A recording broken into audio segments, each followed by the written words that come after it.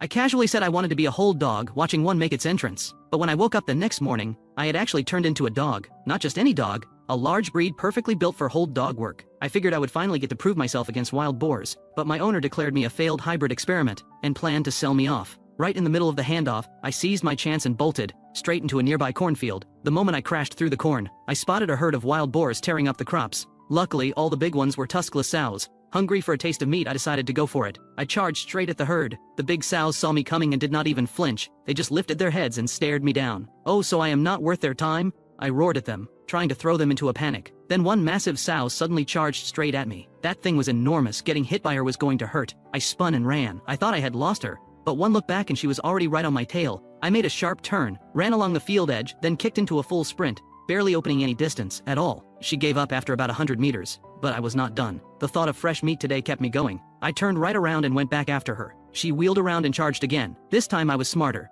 I led her through a series of turns, then deliberately slowed as we neared the edge of the terraced fields. Just as she lowered her head to ram my rear end, I leaped with a sudden burst of force. She plowed straight off the terrace. I did not stop to check on the stunned boar below. I ran straight back toward the original herd. They had not moved an inch. Was I going to let that slide? I charged in howling. 3 big sows lined up in a row facing me head on, shielding the piglets behind them. So I circled them, looking for an opening. But the piglets were sharp. They stayed tucked behind the adults the entire time, giving me absolutely nothing to work with. Then I reversed direction mid-circle and darted in close. The big sows scrambled to turn and defend, and accidentally knocked one piglet flying. I pounced instantly. I was a breath away from biting down, when one sow suddenly spun and sent the piglet sailing, then turned and charged straight at me. I panicked and fled. We crashed into the cornfield together. I pushed to full speed, barely opened a gap, then cut sharply into another row and dropped flat. The boar thundered straight ahead and disappeared into the distance. When she was gone, I went back to the herd. This time the remaining 2 sows finally knew fear. They abandoned the piglets and ran. I locked onto one piglet and followed at an easy pace. When it saw me getting closer, it turned and tried to fight back. I pinned it to the ground without hesitation, clamped my jaws onto its throat and dragged it back to my den. Looking down at the piglet between my jaws, I could not help but think, that was not easy. But a boar this size would feed me for days. That is how I unlocked my hunting ability. Time flew by, and a whole winter passed. During those months I dug dens with my claws and stashed away potatoes and sweet potatoes, and occasionally caught wild boars and rabbits to survive the cold. After surviving in the wild for so long, I had become a capable hunter. Months of regular hunting had sharpened my nose, boosted my speed, and built my endurance. I thought I could survive without humans, but my body had been growing fast, and the old collar around my neck had grown far too tight, so tight I could barely breathe. Worse, parasites had taken hold in my ears, and the itch was driving me absolutely insane. I needed a human's help. If this kept up, that collar was going to choke me to death. But I was torn. Afraid of being leashed up and losing my freedom, afraid of ending up in a dog meat restaurant again. Right in the middle of my indecision, a wild boar's screaming jolted me awake. I got up fast and moved toward the sound. At least 10 dogs were all biting down on one boar. Something felt off. What was going on? Why were some of those dogs wearing what looked like clothes? Then it hit me. These were hunting dogs, used by humans. Where there were hunting dogs, there were people. Could these be humans who could actually help me? Whatever. If I die, I die. Suffering like this every single day is unbearable. I moved in toward the pack. Up close, I finally saw clearly. Those were not clothes. They were armor vests, and every single dog wore a collar fitted with an antenna. Clearly some kind of GPS tracker. I expected the armored dogs to react with hostility. Instead, they completely ignored me and stayed focused on controlling the boar. Then I spotted a man climbing the hillside, a drone humming through the night sky above. He arrived at the pack carrying a short knife and drove it into the boar's ribs with one clean strike. After draining the blood, he picked up his radio. "Hey, got one." A middle-aged voice came back over the radio. "Good, Ice, getting close to dawn. Drag the boar back." Ice lowered the radio with a troubled look. 3 mountain ridges. How am I supposed to drag it all the way back? He muttered to himself and scanned the terrain around him. Then he spotted me and froze. What in the world? Where did this massive dog come from? I watched him lock up with shock and felt nothing but exasperation. Fine. Time to act like a normal dog. First priority, get this collar off. I dropped to the ground in a submissive posture, wagging my tail to show I was friendly. Ice raised his radio. "8, there is an extra dog in the pack. A huge one." "An extra dog? No way. Out here we lose dogs. We do not gain them." He still had not let his guard down, so I dropped even lower and crawled toward him, wagging my tail even harder. Ice looked completely baffled. "What are you doing? We just met. Why are you being this submissive?" I crawled all the way to his feet, then flopped onto my back, a little awkwardly, tucking my paws and exposing my belly. Ice had trained dogs for years. He knew exactly what this meant. He crouched down and slowly reached out to test me. I quickly pressed my own paw over my mouth. "I will not bite." Ice got it immediately. "Well, where did this dog come from? Whoever trained it did a great job. Whose dog ran off this time?" Good dog, so well behaved." He burst out laughing. "Years of running dogs and we always lose them. Tonight we go up for boar and we come back with an extra one. And this one looks smart too. Finding a dog is good luck." He pulled out his knife to cut a length of rope for a leash. He reached for my collar and stopped. Oh my god, this is way too tight. Is this thing trying to kill it? Ice quickly removed the collar and looped the rope around my neck as a temporary replacement. The moment it came off, I could finally breathe. I stood up and let out one long deep breath. Ah, that is so much better. Ice rubbed my head cheerfully, then tied the rope around the boar's front legs and started dragging it back. The boar was not massive, under 200 pounds, but dragging it up the mountain alone was hard work. The other dogs bounced around him without helping, and a few greedy ones tried to steal a bite. Seeing that, I knew I had to step up. I did not want to be treated like just another hunting dog. I was willing to do the work, but I wanted a pet's life. And to earn that, I needed these humans to like me. I was not exactly a pretty dog, so intelligence would have to be my selling point. With that in mind, I clamped onto the dragging rope and pulled hard alongside Ice. Ice was stunned. Hey, you know how to help with work? In 4 years running the crop protection team, they had taken down over 1,000 wild boars, and not once had a dog help drag one. He lit up more and more, patting my head. Good dog. You do not need to help. I ignored him and kept pulling. One man and one dog crossed 2 mountain ridges and finally reached the car by the road. After a long, bumpy ride, we arrived at an enclosure ringed with wire fencing. As soon as we pulled in, Ice went to feed the dogs. The others were already locked in the enclosure, but they crowded as close to the cooking area as possible, waiting for their meal. Then one brownish-red dog stood up against the fence and let out a string of awful howling. The sound was strange, not barking, not wolf-like. It sounded like a donkey. I nearly lost it laughing. When Ice walked over with the food, the dogs went wild, fighting over it. I sat to the side without moving. Ice saw this and smiled. Not in a hurry to eat, he scooped some corn mash from the pot and held it out to me, then gave my sides a firm squeeze. Not skinny at all, pure muscle. You have been doing just fine for yourself. Out of habit, I shook my head. Ice noticed something was off. He pinched my ears and looked closely, and immediately spotted a parasite, fat and round. Few moments later, Ice had it out. My second problem was finally solved. I was so relieved I decided I was not going anywhere. Out on the mountain alone, getting sick meant waiting to die. With these two, the worst case was hunting a few boars. Satisfied, I lay down on the ground and went to sleep. Ice muttered, "You really think you live here now?"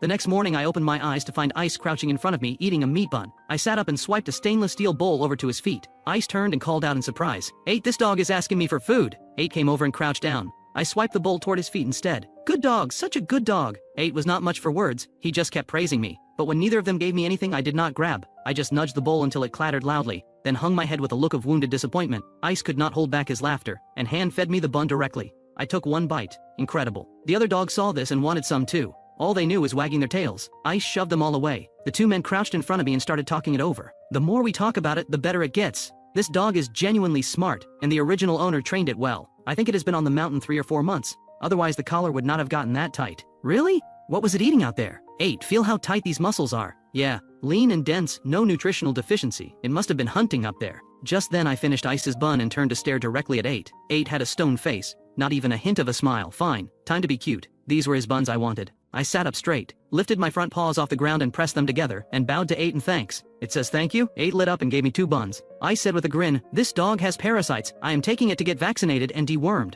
Just like that, the 2 of them left the kennel behind, a few dogs still wandering loose outside. After a bath, they gave me a rabies shot and deworming medicine. Once my coat was blow-dried, I looked so good even I was impressed. And Ice and 8 went straight into a photo session, posting every shot to their social media to show off. Ha! Check out your boy's luck. Picked up a dog on the mountain last night. No way, that dog is way too big. Looks like over 100 pounds. It will never keep up on the mountain. Right, it is mixed breed, it cannot hunt. It is just a dog that eats. That set 8 off. He had been watching quietly, but now he had had enough. If you do not know what you are talking about, stay quiet. You think a pet dog ran up into those mountains on its own? A dog that grew to this size out there on its own, how could it not know how to hunt? Sure, it would make a fine pet, but a dog this big will eat you out of house and home. Just watch, if my dog makes it up the mountain and takes down a boar, what do you owe me? If it catches a boar, I will give you my gray wolf. And if it does not, you pick any dog from my kennel. Done, I will witness it. Ice put down his phone, irritated. These guys have absolutely no clue. Then he crouched in front of me. You are not going to make me lose, are you? I nodded. Ha, is that a yes or a no? I just kept nodding. 8 shook his head. You actually believe it understands you. It is just reading your expression. Back at the kennel, Ice led me into the enclosure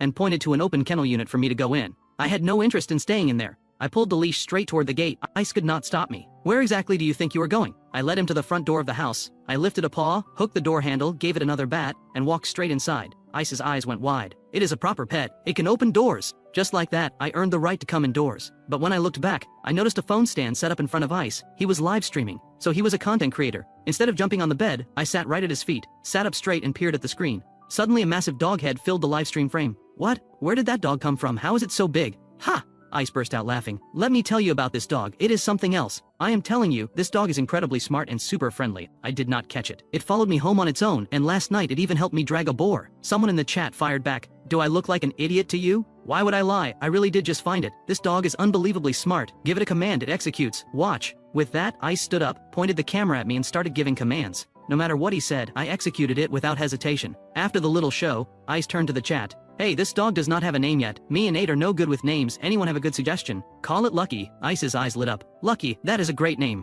He turned to me. Your name is Lucky now, what do you think? I thought it over for a moment, nodded and gave a short response. Look at Lucky thinking it over. That expression is hilarious. A girl in the chat was so charmed by my puzzled look that she immediately sent a sports car gift. Lucky, quick, thank Chi. I sat up instantly, lifted my front paws, pressed them together, and bowed. The girl on the other end of the screen laughed even harder, and sent another sports car. Ice called out, noted. Lucky gets an extra chicken leg tonight. Hearing there was a chicken leg in it for me, I was thrilled. I settled right next to Ice and watched the chat scroll by. Every time Ice thanked a gift, without any command, I sat up on my own and bowed. Everyone was having a great time. When the stream ended, Ice was more than satisfied. Lucky, that is your name now, you did great tonight. True to his word, he went to the freezer and pulled out a whole chicken and handed it over. I caught it in one bite, wagged my tail in satisfaction. Not a bad night's work. The moment I stepped outside with the chicken, several dogs crowded around me. I did not even acknowledge them. These were all smaller than me, none of them stood a chance. Then a blue-gray dog jumped out of the enclosure. Just as I was about to set the chicken down and fight, it turned out to be too timid to even come near me. It just stood off to the side, watching with envy. That was how I spent my first day at my new home.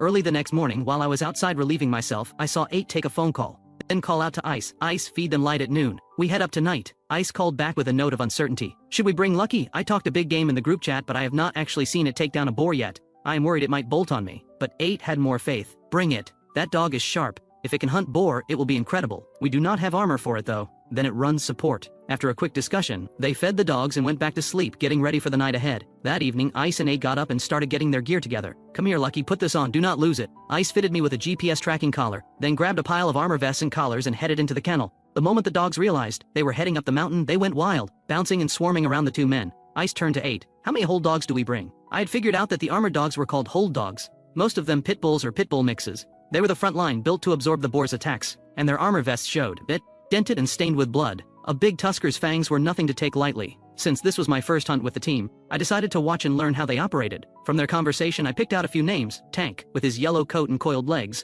and Titan, with his red coat and white-tipped paws. If I had hands, I would have gone over to pet them right then. While the gear was being fitted, I jumped into the enclosure. The dogs circled me curiously, but their attitude was pure curiosity. No hostility, no warmth, just sizing me up. I walked over to Fuzz and looked him over carefully. He looked the most like a husky, but how could a husky be a hunting dog? Those things were sled dogs. Just then, Ice and 8 started loading the dogs into the vehicle. Including me, 14 dogs went out that night. 4 of them wore armor vests. Not wanting to squeeze into the truck bed, I used my mouth to open the car door and climbed into the back seat myself. The drive took over an hour. 8 pulled out the drone and got it ready to launch. Ice opened up his live stream. We are out on crop protection duty tonight, just arrived, drone is not up yet, and Lucky is with us tonight. Who said it could not hunt? Seconds later, the drone feed went live in the stream. The drone had thermal imaging, so a single sweep could cover hundreds of meters in every direction. It took off with the village as its center point and swept southwest, following the leads the villagers had provided. The drone had barely been up 5 minutes when 8 shouted, Ice, we've got targets. 3 boars in the woods below, just over 500 meters out. Ice and 8 jumped out and I stepped out from the passenger side. Ice gripped his knife, clicked on his radio and moved toward the boars. 8 opened up the truck bed.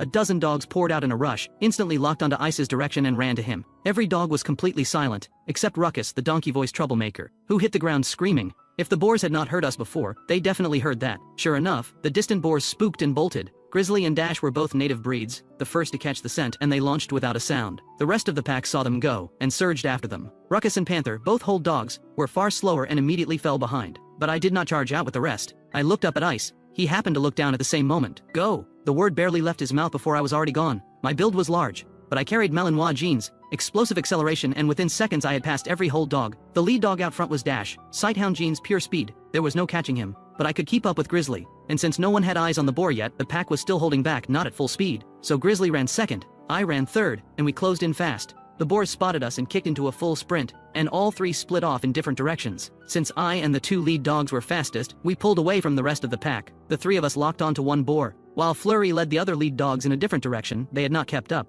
and turned to chase a separate boar. Most of the hold dogs ended up following Flurry's group. On the other side, Ice called into his radio, 8, keep the camera on Lucky. Catching boars tonight is not the point, I want to see what Lucky can do. On it. Lucky is huge. Shows up clear as day on thermal. 8 had a clear view of me right on Dash's tail. Dash was flying now, and when he finally pulled up right behind a boar, the boar, which had been weaving through the dense trees, suddenly slammed to a stop and spun to attack. Dash cut sideways with lightning reflexes and dodged the charge, and in an instant the boar was chasing him instead. That is when Grizzly exploded forward, and the boar spun again to charge at Grizzly. Grizzly drew the boar a few meters away, Then Dash came back around and cut off its retreat. The boar was caught between them, trapped, and froze in place. I did not join the attack right away. This boar was not big, just over 100 pounds. I could handle it alone. I just watched their teamwork with genuine fascination. The way they kept the boars switching between targets, never able to focus on either one. After a moment I circled quietly around to the boar's rear. Wild boars were strong, hard to finish off with a bite alone. My usual method was to run them until they were foaming before going in for the kill. But this time was different. I just had to hold it. The two-legged one was on his way. I burst forward from behind without warning. The boar bolted. Dash and Grizzly gave immediate chase, and I pushed to top speed, rapidly closing the gap, then opened my jaws and clamped down hard. 8 watching from the drone muttered, "Easy now, wait for the hold dogs before you bite down." He figured I would lose my grip and they would be chasing it all over again, but I was not letting go. Every hunting instinct I had said the same thing: once you bite, you do not release. With my jaws locked on its hind leg, I wrenched hard to the side, and the boar lost its balance and crashed to the ground. Dash and Grizzly hit it from both sides. Dash clamped onto the boar's ear, Grizzly locked onto a front leg. The boar thrashed with everything it had, but I was not budging. The moment Dash and Grizzly had it pinned, I shot to the front and clamped down on the boar's snout. 8 exploded over the radio. "Ice, it is locked down. Lucky is unbelievable lead dog speed doing the work of a hold dog." Ice was overjoyed. He read Lucky's GPS position and sprinted toward me. "Ha, I can see it. Lucky is incredible. It switched to the nose on its own. That boar is not going anywhere." 2.5 minutes later, Ice arrived, pulled his knife and drove it in clean. The boar thrashed and screamed. In under a minute the fight went out of it. Ice grabbed his radio. "Can we link up with the other group? Pull the dogs. Scout is still tracking." I listened hard. There was barking in the distance calling the pack. I launched instantly and charged toward the sound. The third boar had been driven far out, so I opened up full speed. My size gave me power and momentum. I burst out of the dense forest first, and ran hard in the direction of the drone. Dash and I arrived together, and found the boar backed up against the edge of a terrace, a pure black dog barking furiously at it from the front. This boar was big, well over 200 pounds, so I did not rush in recklessly. More dogs arrived one by one and surrounded it, barking to wear it down. Having already proven my worth on the first boar, I was in no hurry this time. I stepped back and watched how the team worked. Just then a smaller dog, reckless by nature, darted in and tried to bite and hold. The boar tossed it into the air with one flick of its head, then burst through the circle and bolted. With this many dogs on it, there was no getting away. Less than 20 meters out, a dog hit it from behind. The boar spun to fight back, only to get grabbed again from another angle. The dog that had been tossed earlier was already back on its feet, but I could see a small gash along its rib cage. This boar had tusks. The standoff dragged on for 2.5 minutes, until the hold dogs finally arrived. The first one in was Ruckus, the very dog who had tipped off the boar earlier. This one did not stop to size up the boar. The instant he arrived, without any hesitation, he drove straight in and locked onto the boar's ear. His attack worked like a signal. The moment Ruckus bit down, every single dog surrounding the boar piled on simultaneously, biting from every angle. But the instant Ruckus locked onto the ear, the boar wrenched its head and slammed into him. Ruckus went flying, but even as his front legs left the ground, he never let go. He held that ear like a vice. I let out a breath. Thank goodness the hold dogs wore armor, because that hit would have done a lot more than open a small gash. After that, the boar had no chance of breaking free. The rest of the dogs surged in, ears locked, legs locked. Watching all of this, I finally understood how this team operated. First, the lead dogs, sharp noses, tracked and located the boar. Then, once found, they intercepted and contained it. Next, the support dogs arrived, and worked alongside the lead dogs to keep the boar pinned, cutting off any escape. Finally, the hold dogs moved in and took over. Once a hold dog bit down, the whole pack piled on. In fact, with a clean bite and hold, just a few dogs were enough to lock down a boar completely. While I was thinking this over, the rest of the hold dogs came charging in. The boar had nowhere to go now. It let out a shriek that could wake the whole mountain. Even though Ruckus had basically announced our arrival to the boars the moment he hit the ground. When it was time to work, he was absolutely ferocious. I had real respect for this crew. The lead dogs were clever, the hold dogs were fearless. Watching the lead dogs circle the boar, pulling it back and forth, toying with it, I found it genuinely thrilling. I was starting to love this game. Then I charged in myself and clamped down on the boar's snout. Ice came running up and finished the boar with one strike. 3 boars. Not one got away. Ice was overjoyed, running his hands over the dogs and waving up at the drone. "Good dogs, that was a beautiful hunt." Then he rubbed my head. "Well done, Lucky. That name suits you perfectly. You are a true treasure." 8 chimed in happily. "This dog is something else. Runs as fast as Grizzly, can hold a boar down. Locked up the very first one solo. We really found a gem." But I did not feel the joy they expected. As a human, I had been a failure. Busy my whole life, hitting middle age with nothing to show for it. And yet here, as a dog, I was being praised like this. The moment we got back, Ice handed me a whole chicken and a bowl of food. "You earned a special meal tonight." I ate my fill and slept on the concrete steps outside. I was covered in mud and blood. No need to bring that indoors. I did not expect to be woken up at the crack of dawn. I jumped into the enclosure to find out who was making the noise. A black dog that had not gone up the mountain last night was barking for no reason at all. But the moment I walked toward it, before I'd even done anything, it dropped its head and tucked its tail. It went quiet. I turned and walked away. The moment I was about to jump out, it started barking again. I spun around and charged. Not this time. Backing down will not save you now. It saw me coming and cowered flat against the ground. I grabbed it by the throat. It yelped and kicked frantically. Not wanting to wake Ice and 8, I dragged it by the throat into one of the doghouses. I was not going to kill it, just teach it a lesson. I held on until it was shaking all over and wet itself, then I let go. I came out of the doghouse wide awake, wandered through the kennel, and checked out each enclosure one by one. As I went around, I realized I had a thing for good-looking dogs. My favorites were Fuzz, Flurry, and Blizzard, all strikingly handsome. Ruckus, on the other hand, was not much to look at, but he had this goofy, lovable energy. He looked clueless, blundered around on hunts, and was endlessly entertaining. Looking at these brave, fierce dogs in front of me, I made a quiet promise: just wait. Once I blow up online, I will make sure you all eat well. On the other side of the yard, Ice woke up. The first thing he did was clip the footage of me taking down the boar last night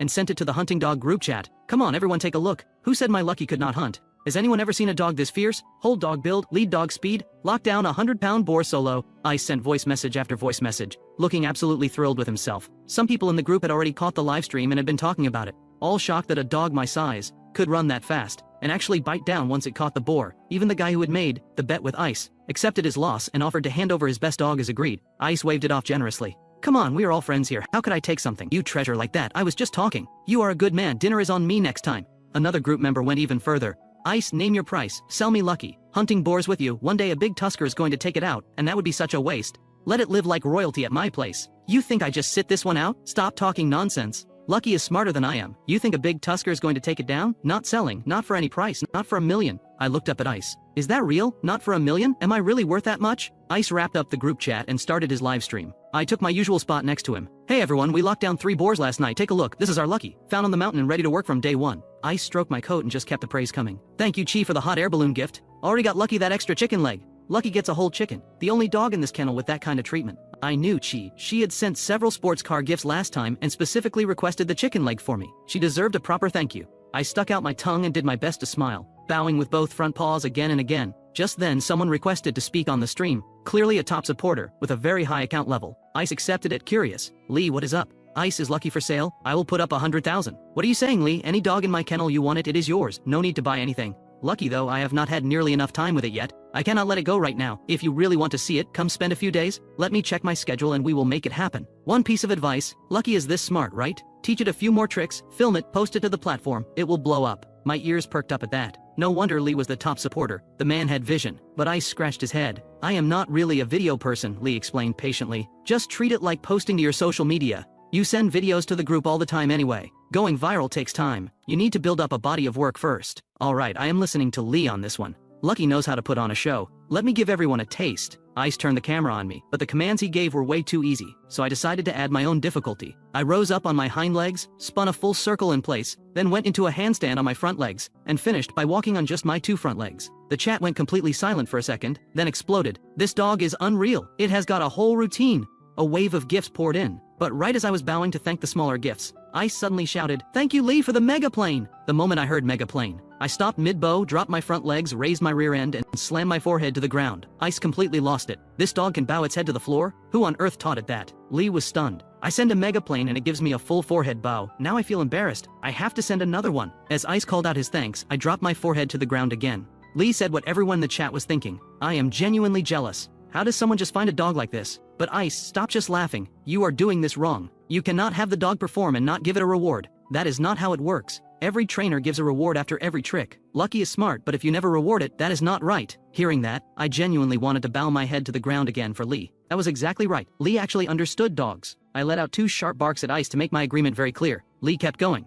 Seriously, Ice, take good care of Lucky. If you do this right, Lucky can take you viral. And once you blow up online, money stops being a problem. Understood, Lee. Starting tomorrow, whatever I eat, Lucky eats. That is not enough. The things you would not even treat yourself to, those go to Lucky first. I have to rank below my own dog? They chatted a little longer, then the stream ended. The moment it ended, the 2 of them sat down to eat. While I stood off to the side watching, I spit into a spare rib and tossed the bone on the ground. I stared at it. Seriously, a bone, just the bone, on the floor? Absolutely not. I opened my mouth to say something, and out came a low grumbling bark. 8 watched me with a grin. Alright, no bones for Lucky. He divided his own food in half and set it in front of me, vegetables and steamed buns. Now that was acceptable. I bowed to 8 in thanks, and shot Ice a sideways glare. Ice looked genuinely wounded. Lucky is glaring at me? 8 put on a serious face. Alright, let us talk business. We head up again tonight, same area as last night. The villagers say there were more than 3 boars, at least a dozen. We go back tonight and finish the job. That evening the 2 of them started gearing up the dogs. When Ice fitted my GPS collar, he turned to 8. What do you think? Should we order a set of armor for Lucky? Let us go ahead and order. 1. Lucky is willing to bite and hold. Armor will keep it safer. With that size and build, lead dog is a stretch. Hold dog is the better fit. The lineup tonight was about the same as the night before. Once my tracker was on, I took my usual spot in the back seat. Before long, the car pulled up to the same spot. The drone went up and began searching, but the drone battery was nearly dead and still nothing had been found. 8 drove them to a new position. Then the drone finally picked up several glowing heat signatures. At least 400 meters out, with a mountain ravine cutting across the middle, 8 called out to Ice quickly. "We got targets, but it is all open terrain out there. Rough going." Ice stared at the drone feed and set his jaw. "We go, we have to. Here is the plan. I move out first. Once I clear this ridge, you release the dogs, that way they do not get too far ahead of me." 8 agreed. Ice climbed out with his knife and radio, but I thought, why make it complicated? I will just go ahead and hold the boars until he gets there. So the instant Ice stepped out, I hit the ground running and vanished into the darkness in seconds. Ice turned and called out, unable to stop me. "Quick, get eyes on Lucky!" 8 swung the drone around, just in time to catch me cresting a ridge, then launching off the edge of a cliff, and bounding up a steep slope taller than a man, without breaking stride. 8 stared at the screen in disbelief. "What, this dog knows Kung Fu?" He turned to Ice. "Lucky is heading straight for the boars, moving fast. Keep pushing forward. If Lucky can hold them, I release the dogs. If it cannot, pull it back."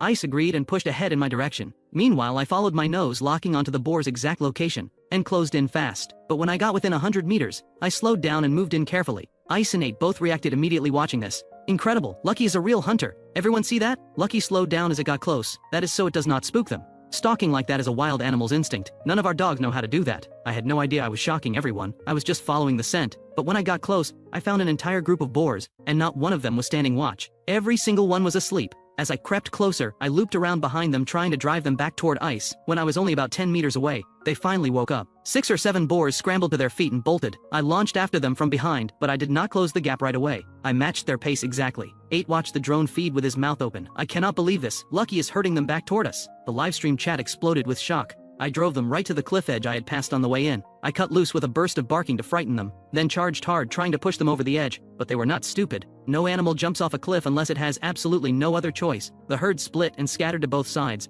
I pushed to full speed and chased for dozens of meters, closing right in on the rear of the herd. Then the biggest boar suddenly spun and charged straight at me. I had seen every move these animals had. The reverse charge was their most predictable trick. I hit a hard stop and cut sideways, and just like that, it was chasing me. I led it on for a few dozen meters, until it suddenly stopped, but when I turned back, I did not face it head on. I circled around behind it. No animal willingly exposes its back to a threat. It saw what I was doing and charged at me again. This time I kept cutting left and right, pulling it through turn after turn. 8 forgot to release the dogs entirely. He just stared at the drone screen, completely absorbed, wanting to see how far this would go. Ice was speechless. I do not even know what to say. Lucky is unbelievable. Put it in the public chat. It is playing with this boar like it is nothing. The public chat filled instantly with Lucky is unbelievable. Even one of the top supporters sent a mega head gift right then. Meanwhile, the boar chasing me was over 200 pounds, and it was starting to run out of steam. Once the energy dropped, so did the courage. It turned and fled, but it was tired. I was just getting warmed up. "You are really running away already?" I went after it again at an easy pace. This time it had no fight left.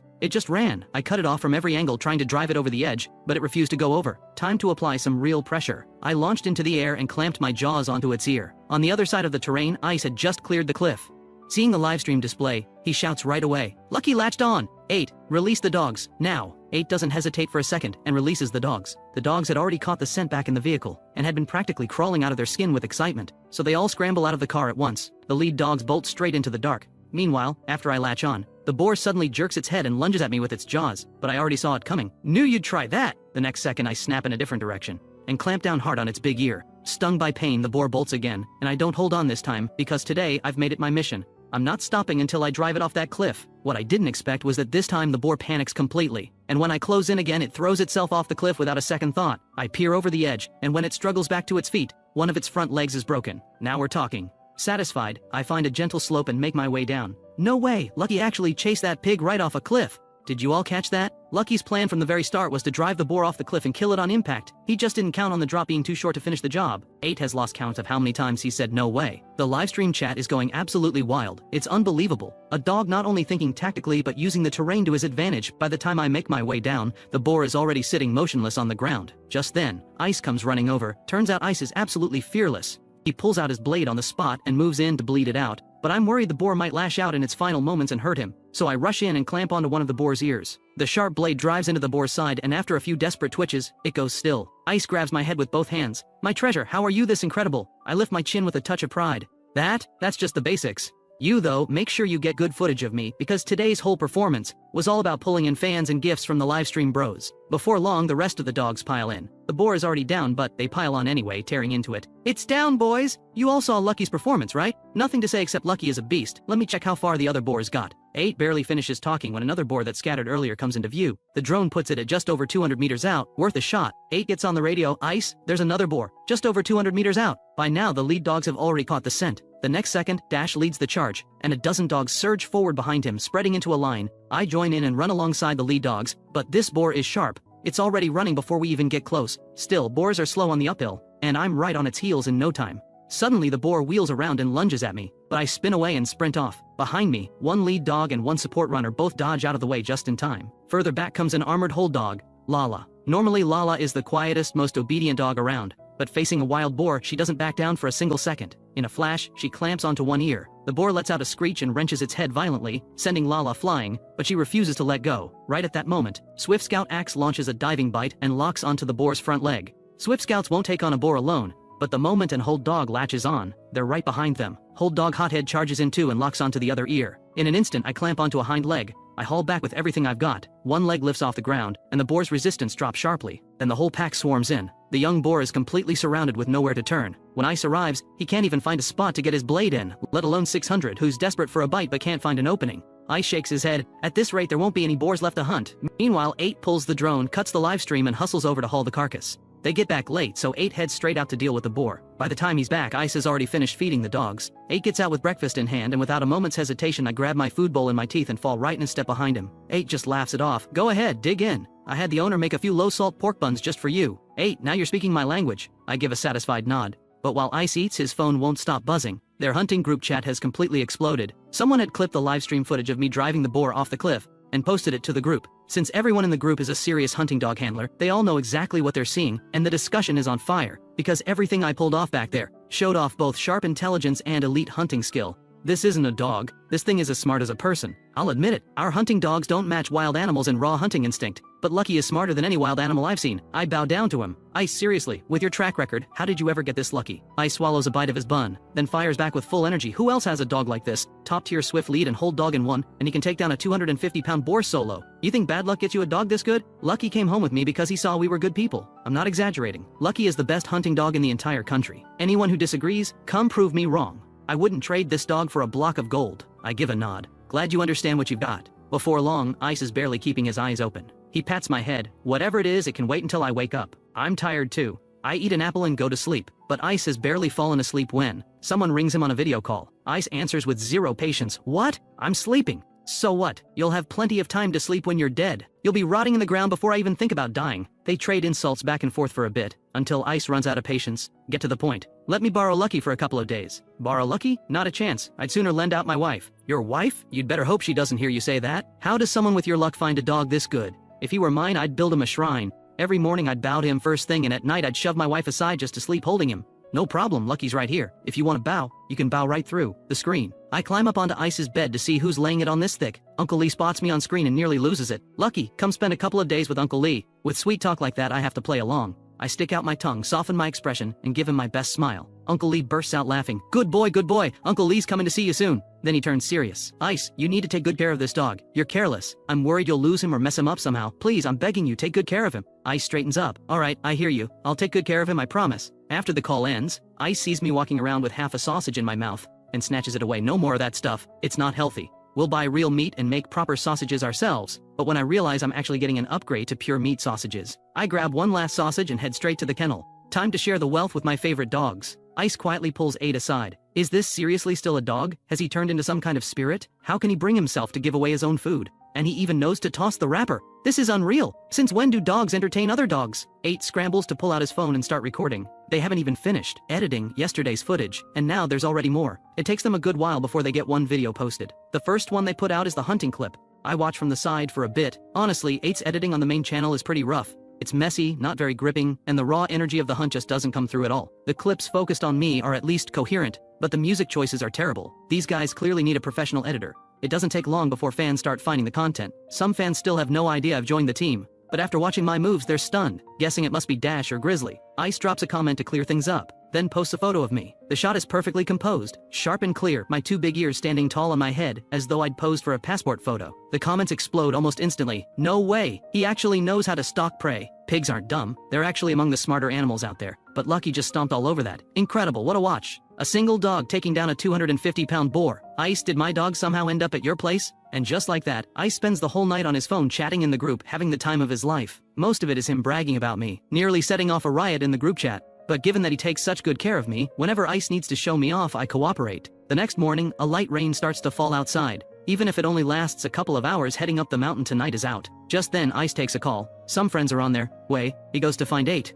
Captain Wang says he's coming over today, wants to hang around for a couple of days and hunt with us. Alright then, let's get the portable pens out and clear some space. I'll make some calls and find a good spot for 2 teams to work together. Before long, 2 vehicles pull up outside, one of them packed full of dogs. Ice greets them with a warm smile. 8 manages something close to a smile. Captain Wang is a heavy-set guy. One look tells you he's not built for drone work. His role is calling the shots from a distance. The moment he's out of the car, he's scanning the yard for me. Ice, where's Lucky? Show me. Ice calls for me, but I stay put on the concrete steps. The ground is soaked from the rain, and if I can keep my paws clean, I will. Ice sees me holding my ground and quickly explains, Lucky is very well behaved. He just doesn't like going out in the rain. Captain Wang waves it off. Plenty of dogs are neat freaks. That's completely normal. Then he walks straight over to me. What a big dog. Must be over 100 pounds. He reaches out to pet me. I tilt my head to dodge his hand. You come empty-handed? Really? I cut him a sideways glance. Captain Wang doesn't read the hint at all and pets me anyway, asking as he goes, Ice, you really just found him? You didn't buy him? Would I lie to you? You're a hunting dog handler. Do you think I could train a pet dog to do what he does? Captain Wang nods. Fair point. He then lets all his dogs out. The 2 groups sniff and size each other up from either side of the fence. Meanwhile, I'm surrounded by a crowd of people, but they come empty-handed, just gawking and pawing at me, this one kneading my head, that one tugging at my skin, and one guy even peels back my cheek to inspect my teeth. I've had enough. I push through the crowd, open the door myself, go inside and shut it behind me. The whole group bursts out laughing. He's had it with us. Right after, 8 pulls Captain Wang aside to help with video editing. In the beginning, 8 and Ice knew nothing about content creation. It was Captain Wang who taught them. With Captain Wang's help, they get a video sorted out quickly, and 8 posts it while it's fresh. After some rest, they eat dinner as evening falls and start loading the dogs. I'm non-negotiable, but with Captain Wang's team along, they can leave a few of their own dogs behind. Captain Wang is sure to bring his best, so this side picks its top performers too. Only D2 and the young pup have limited field time. A team this sharp deserves a real challenge. 8 goes through the intel on hand and picks the area with the heaviest boar activity. 8 drives out front leading the way, 2 more vehicles trailing behind. Ice glances back at me sprawled across the rear seat. You've taken over the whole back seat. I used to be the one lying back there. I give him a flat look. Be glad I'm not sitting on you. Before long, the vehicles stop near a village and the 2 teams huddle up. 8 lays it out. This is the village. The boars have been wrecking everything here. Ice and I tried once before and came up empty. These boars are sharp. You take the left side of the road, I'll take the right. 2 drones take off back to back, one banking left, the other right, doubling the search coverage. Less than 5 minutes in, they spot a boar. No good. It's too close to the village. Use the drone to push it, see where it runs and go from there. They can't release the dogs. This close to the village. If the boar gets chased back in, people could get hurt and property could get destroyed. It's nighttime but the village isn't completely quiet. Since boars bolt at the hum of a drone, 8 uses that to herd it away. But the boar stops after about 300 meters and refuses to move further. 8 pulls the drone up high and starts mapping a release route. Ice mutters, these boars are crafty, this isn't going to be easy. Still have to try, if we leave them they'll be right on the village's doorstep. Hunting boars and live streaming are both secondary for the crop protection team. Their real job is protecting farmland. So even if they can't catch the boar, they have to drive it as far away as possible. Ice speaks up with a plan. What if we send Lucky out first to hold 1 boar in place, then release the rest once he's in position? That way if the boars scatter, Lucky alone is easy enough to call back. 8 nods in agreement, then turns to Captain Wang. Captain, the distance is too long, the boars might bolt. Let's send Lucky first to hold them, then release the rest, same as the clip you saw. Captain Wang has been looking forward to seeing me in action, so he doesn't even hesitate. Let's do it! Ice quickly opens the door and lets me out. I've had the scent for a while now, and I've been listening to every word of their conversation. The moment I hit the ground, I lock onto the direction and go. There are guests watching today, no room to look bad. Ice starts the live stream right after, chatting with the audience while keeping his eyes on me. Watch Lucky work, everyone. Think he can hold that boar on his own? Just then, 8 shouts with excitement. Here we go! He's changing course. He's flanking again, just like last time, herding the boar back toward us. On my end, I'm making an even wider loop tonight. The boar has already been spooked once tonight, so I have to be more careful. I circle all the way around and climb the hill directly behind the boar. But in the live stream, everyone watching sees me move and starts shouting, the dog's running away, completely missing the point. 8 sets them straight. Running? Lucky is flanking to drive the boar back to us. He's too smart. Captain Wang watches the drone feed and can barely contain his envy. Top-tier lead dog doesn't even cover it. And sure enough, the boars haven't spotted me and they've settled down. I round the peak and climb up from the far side of the slope. By now, even the most clueless viewers in the livestream have figured out what I'm doing. And those who know the craft understand just how rare this is. 8 starts buzzing with excitement. Captain Wang, get ready to release. At the same time I crest the hilltop, lock onto the boar's exact position by scent, and the next second I charge straight down the slope. The boars are startled again and take off running. But once I'm down there I see it clearly. There's a massive boar in the group. And I mean massive. And this boar has guts. The moment it spots me, it turns right around and stands its ground, shielding the sows and piglets behind it. A closer look reveals tusks that are seriously long. Taking this one down is going to cost us, and if things go wrong, it could be fatal. 8 sees it and yells, "That's Big Tusker, Lucky is holding him, release the dogs, now." Both vehicles open up at the same time. A dozen dogs come tumbling out, each fighting to be first, and within moments they form a line, lead dogs up front, hold dogs behind, all tearing down the path between the fields. But I don't wait for them, because I'm not about to let my packmates get hurt. This boar is built like a wall, back arched high, bristles raised, tusks curved up and gleaming, and well over 300 pounds. It is not something to take lightly. I have to burn down its stamina first. I dart around Big Tusker and go straight for the piglets up ahead. The moment Big Tusker sees me going after its young, it charges at me in a fury, crashing through a row of corn stalks like they aren't there. I hit full sprint immediately, and so the chase begins. Me pursuing the piglets up front, Big Tusker thundering after me from behind, but I can't lead it too far out, or the rest of the pack will burn out just getting there. With that in mind, I swing around and lead Big Tusker back toward the team. Big Tusker isn't stupid though. Wild animals know to conserve energy, so once it thinks it's driven me off and the piglets are safe, it simply stops. But the moment it stops, I come right back to provoke it. This time 8 reads it perfectly. He's walking the pig, draining its stamina on purpose. This dog is unbelievable. Out here on flat ground, I have all the room I need. I keep looping behind it, nipping at its rear, forcing Big Tusker to keep spinning in circles. It doesn't take long before it's had enough and comes after me for real. But boars are smart. After chasing me for a bit, it realizes I'm not going to be caught. And just like that, it gives up and bolts in the other direction. Let it escape? Not happening. I sprint up and sink my teeth into its rear, startling it into whipping around to attack me, at which point I release and take off again. I keep teasing it like this over and over. Big Tusker has raw power, but that massive body burning through high-intensity sprints is burning through its stamina fast. Every back and forth with me is at full throttle, and soon Big Tusker is huffing with its mouth wide open, drool running down its chin. Not that I'm not feeling it, my tongue is out too. Ha, Lucky is unreal. His footwork is absolutely flawless. Big Tusker hasn't landed a single hit. At the same time, Dash leads the pack in and arrives on the scene. The lead dogs spot the boar and immediately start calling the others in. Big Tusker panics and a moment later it's in a full desperate sprint. I don't latch on this time though. This boar is too big. We need the hold dogs here first. Hold dogs wear armor vests, they can take the hits, and every lead dog out tonight is seasoned, no reckless charging. They keep their distance and harass it relentlessly. After a chase of several dozen meters, Big Tusker realizes it can't shake them and turns to face the pack. 5 or 6 lead dogs circle it, barking non-stop, driving it absolutely mad, and there's always at least one dog going for its rear, forcing it to keep pivoting and shuffling in a tense circle. The dogs aren't standing still either. Some bark right in its face to hold its attention, some inch closer to intimidate it, and others loop around the back to keep it constantly moving. 8 can't hold back any longer and gets on the mic. Swift scouts are here, surround it, keep it boxed in, don't let it run, because the standoff right before the takedown is the most thrilling moment of the whole hunt. Just then, the 2 fastest hold dogs, Panther and Hothead, are the first to reach the scene. Hothead has an old leg injury though, healed up, but the leg may be a touch shorter or maybe the joint stiffened, because his running form is all over the place. Ice describes it as, left arm throwing a 6, right arm throwing a 7, but he still arrives in second place. Just then, Panther lunges in with a testing bite, but Big Tusker flings its head and sends Panther tumbling, then bolts again. But I blast forward and clamp my jaws onto Big Tusker's hind leg. Big Tusker spins back to attack me, but this time I don't let go. The centrifugal force from Big Tusker's spin lifts all 4 of my paws off the ground and swings me into the air, so when it tries to bite back it can't even find me, but its leg is still screaming, in pain, so it lurches the other way. I hang on behind it, refusing to release, and as long as I hold on, Big Tusker can't reach me. Boars are smart though. When it can't shake me, it suddenly drops its entire weight down, trying to crush me underneath it. I genuinely did not see that coming. No boar has ever pulled that move before, so my head actually gets pinned for a moment. I release immediately, and yank my head out from under its backside, but that move just made me angry. Even furious, I'm not going to walk straight into those tusks. But that brief pause is all the hold dogs needed. Several of them come charging in. Hothead latches onto one ear without a second thought, and I circle past Hothead to go for the snout, while one of Captain Wang's hold dogs clamps onto the other ear. Big Tusker thrashes its head left and right in agony, but with a dog anchored on each side pulling in opposite directions, it has no room to generate force. Those deadly tusks are all but neutralized, and with me locked onto its snout, no matter how big Big Tusker is, all it can do is let out a helpless wail.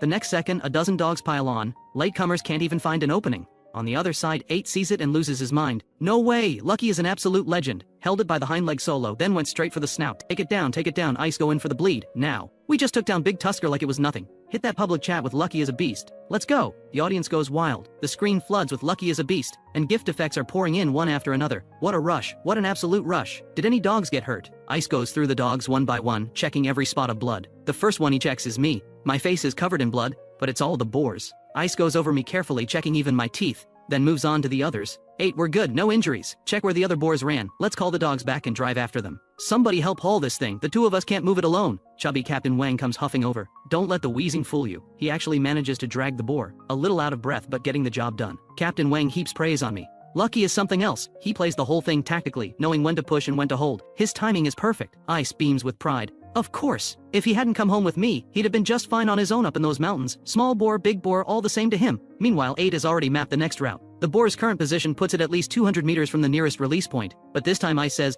200 meters is fine. We go all at once this time. Lucky can't do all the work every hunt. The vehicles reposition quickly. Both drone operators move out on foot first, and the others release all the dogs together. The dogs explode out of the vehicles like tigers breaking loose. Same group as before, 3 sows leading 6 or 7 piglets. This time I don't rush to the front, but hang back leisurely behind the lead dogs, not because I'm tired, but because these pigs simply aren't worth the effort. Sows are nowhere near as dangerous as boars. Same size, but a boar is ferocious and hits back hard, while a sow panics the moment she sees dogs. Sure enough, with the pack still dozens of meters away, the sows abandon their piglets and bolt. But when the lead dogs reach the piglets, everything falls apart. Several dogs break off to chase the piglets, Dash and Grizzly included. Only me and one of Captain Wang's dogs go after the sow. But I split off from that dog quickly. I'm aiming to take down an extra one on my own. Once I separate, I follow my nose and push to full speed. The sow is sprinting along the edge of a cornfield. In a straight line, she can't outrun me. But she had a head start, so it takes me several hundred meters before I close the gap. I clamp my jaws onto her rear. She lets out a screech of pain, but doesn't dare turn to fight. All she wants is to get away. But I've latched on. Where's she going to go?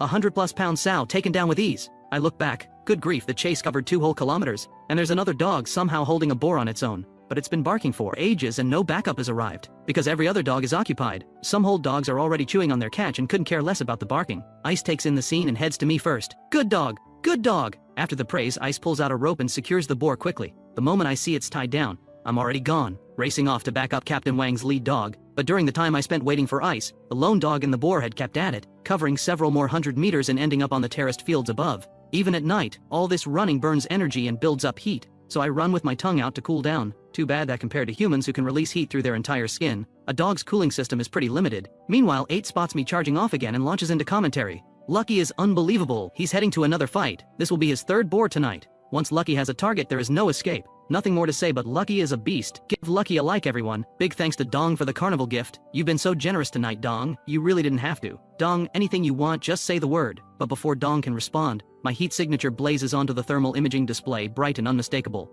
like a bolt of lightning shooting straight toward the scene. But I'm feeling the fatigue now. 3 consecutive fights will do that, including nearly 20 minutes holding a boar solo, followed by a 2 to 3 kilometer sprint. So as I approach the scene, I ease up on the pace, to let my body recover a bit. 8 notices my pace dropping and gets a little worried. Lucky's slowing down. He might be tired. Don't push through it if you can't. But when I reach the scene, I don't attack right away. Instead, I stretch out with a big yawn and lie down on the ground. As long as the boar isn't going anywhere, neither am I. 8 gets worked up again. Lucky's tired. He's taken a break. But a dog that dares to lie down mid-hunt? First time I've ever seen that. He gets on the radio. Ice, Lucky's in position. Get the other dogs over here fast. Ice responds, copy that. By now the boar is exhausted too and just stands there squaring off against the lead dog. The lead dog has been barking for ages with no backup coming, and it's starting to lose heart. But my arrival gives it a second wind. It holds its ground and keeps calling for reinforcements. I rest for a full 20 minutes before I get up and stretch. Lucky's up, what's he going to do? The next second, I dart in from the side and land a bite. Startled, the boar naturally bolts to the other side. I follow at a steady, unhurried pace. But another lead dog gets impatient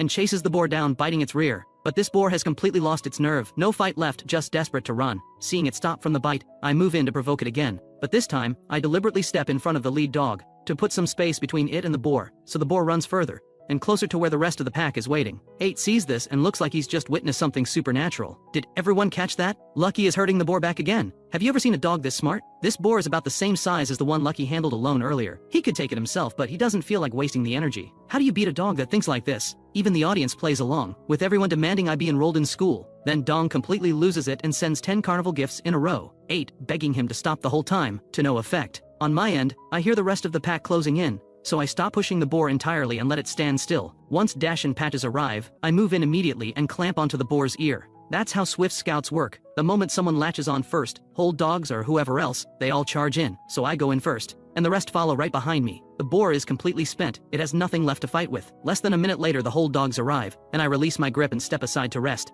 Takedown, perfect takedown, 3 boars tonight, Lucky you absolute legend. But the dogs out tonight are all elite, a pack of serious hunters. And before Ice even gets there, the dogs have already torn the boar apart. Half an hour later, 8 pipes up again, we've got more, just found 2 more boars out there. Just goes to show how badly the boar population has gotten out of hand. The team huddles up again to plan the approach. The nearest point to the boars is bordered by a patch of dense forest. If I drive the boars into the trees, it'll be much harder for the dogs to chase and dodge. And both of these boars are big. After a moment, Ice speaks first. We still need to send Lucky in first. Let him hold one and go from there. I respond to signal my agreement. 8 adds, Lucky probably doesn't want to go into the forest either. He shouldn't herd the boars back this way. Shortly after I get out of the vehicle alone. The moment I step out, 8 announces to the livestream, watch closely, everyone. Lucky's signature move is coming, the wide flanking intercept. My path is clear. I cut through the dense forest and move along the tree line toward the boars. But when the 2 boars spot me, they don't even flinch. They actually hesitate before running, almost like a challenge. 8 shouts into the radio, Ice, release, Lucky is in position. Both vehicles open at once, and the dogs come pouring out in a frenzy. The drone operators follow right behind on foot. I keep pushing the boars along the edge of the terraced fields. But after a short chase, the boar backs up against the terrace wall and stops. I think to myself, I'm waiting for backup. What are you waiting for? The pack arrives before long. But the terrace wall is too high. They can't get up, and frantically search for a way around. Ruckus is with us tonight, and he's impatient as ever. Stuck at the bottom of the wall, he howls like the world is ending. But Dash, with those long legs and light frame, clears the wall in one clean jump, and helps me keep the boar pinned. Ice finally arrives. He finds a lower section of the wall, and hauls the dogs up one by one, pushing and pulling. The pack surrounds the boar quickly, but everyone stays careful, constantly shifting positions to pressure and unsettle the boar. 8 is already getting ready to celebrate. Then everything goes wrong. Lala pushes through the pack, and clamps onto the boar's ear in one clean bite. Locked on tight, the boar screams in pain and wrenches its head violently, lifting Lala's front legs clean off the ground. Then the boar surges with everything it has and makes a run for it. The other dogs chase it to the edge of the terrace wall, but the drop is too far. None of them dare jump. When Lala hits the ground below, she releases her bite immediately, but the moment she gets back to her feet, the boar charges straight at her, drops its head, and hooks upward with its snout.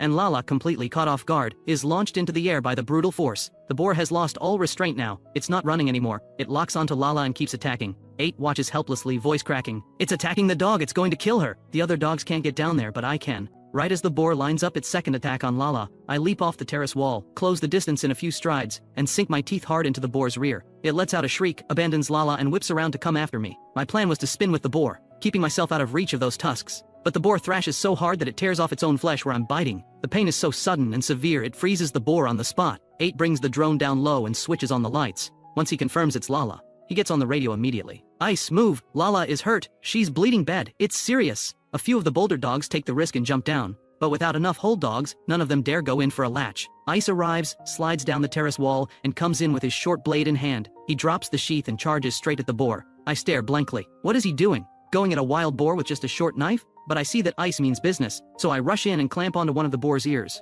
Those long tusks are right beneath my throat, and I'm not wearing an armor vest. This is genuinely dangerous. The next second, Ice moves in from behind, mounts the boar, grabs its bristles with one hand, and drives the blade into its side with frightening speed. The boar lets out a terrible scream and tries to throw him off, but Ice holds on tight and shouts, Lucky, release! He gives my head a pat, and jumps off the boar himself. Ice has bled out well over 1,000 boars in his time, so his technique is razor sharp, almost always a single clean thrust straight to the heart, piercing the lungs along the way. Any boar that's had Ice's blade in it never gets far. Sure enough, the moment I release, the boar makes it about 10 meters before it collapses. Ice checks me first, no blood anywhere on me, then runs over to Lala.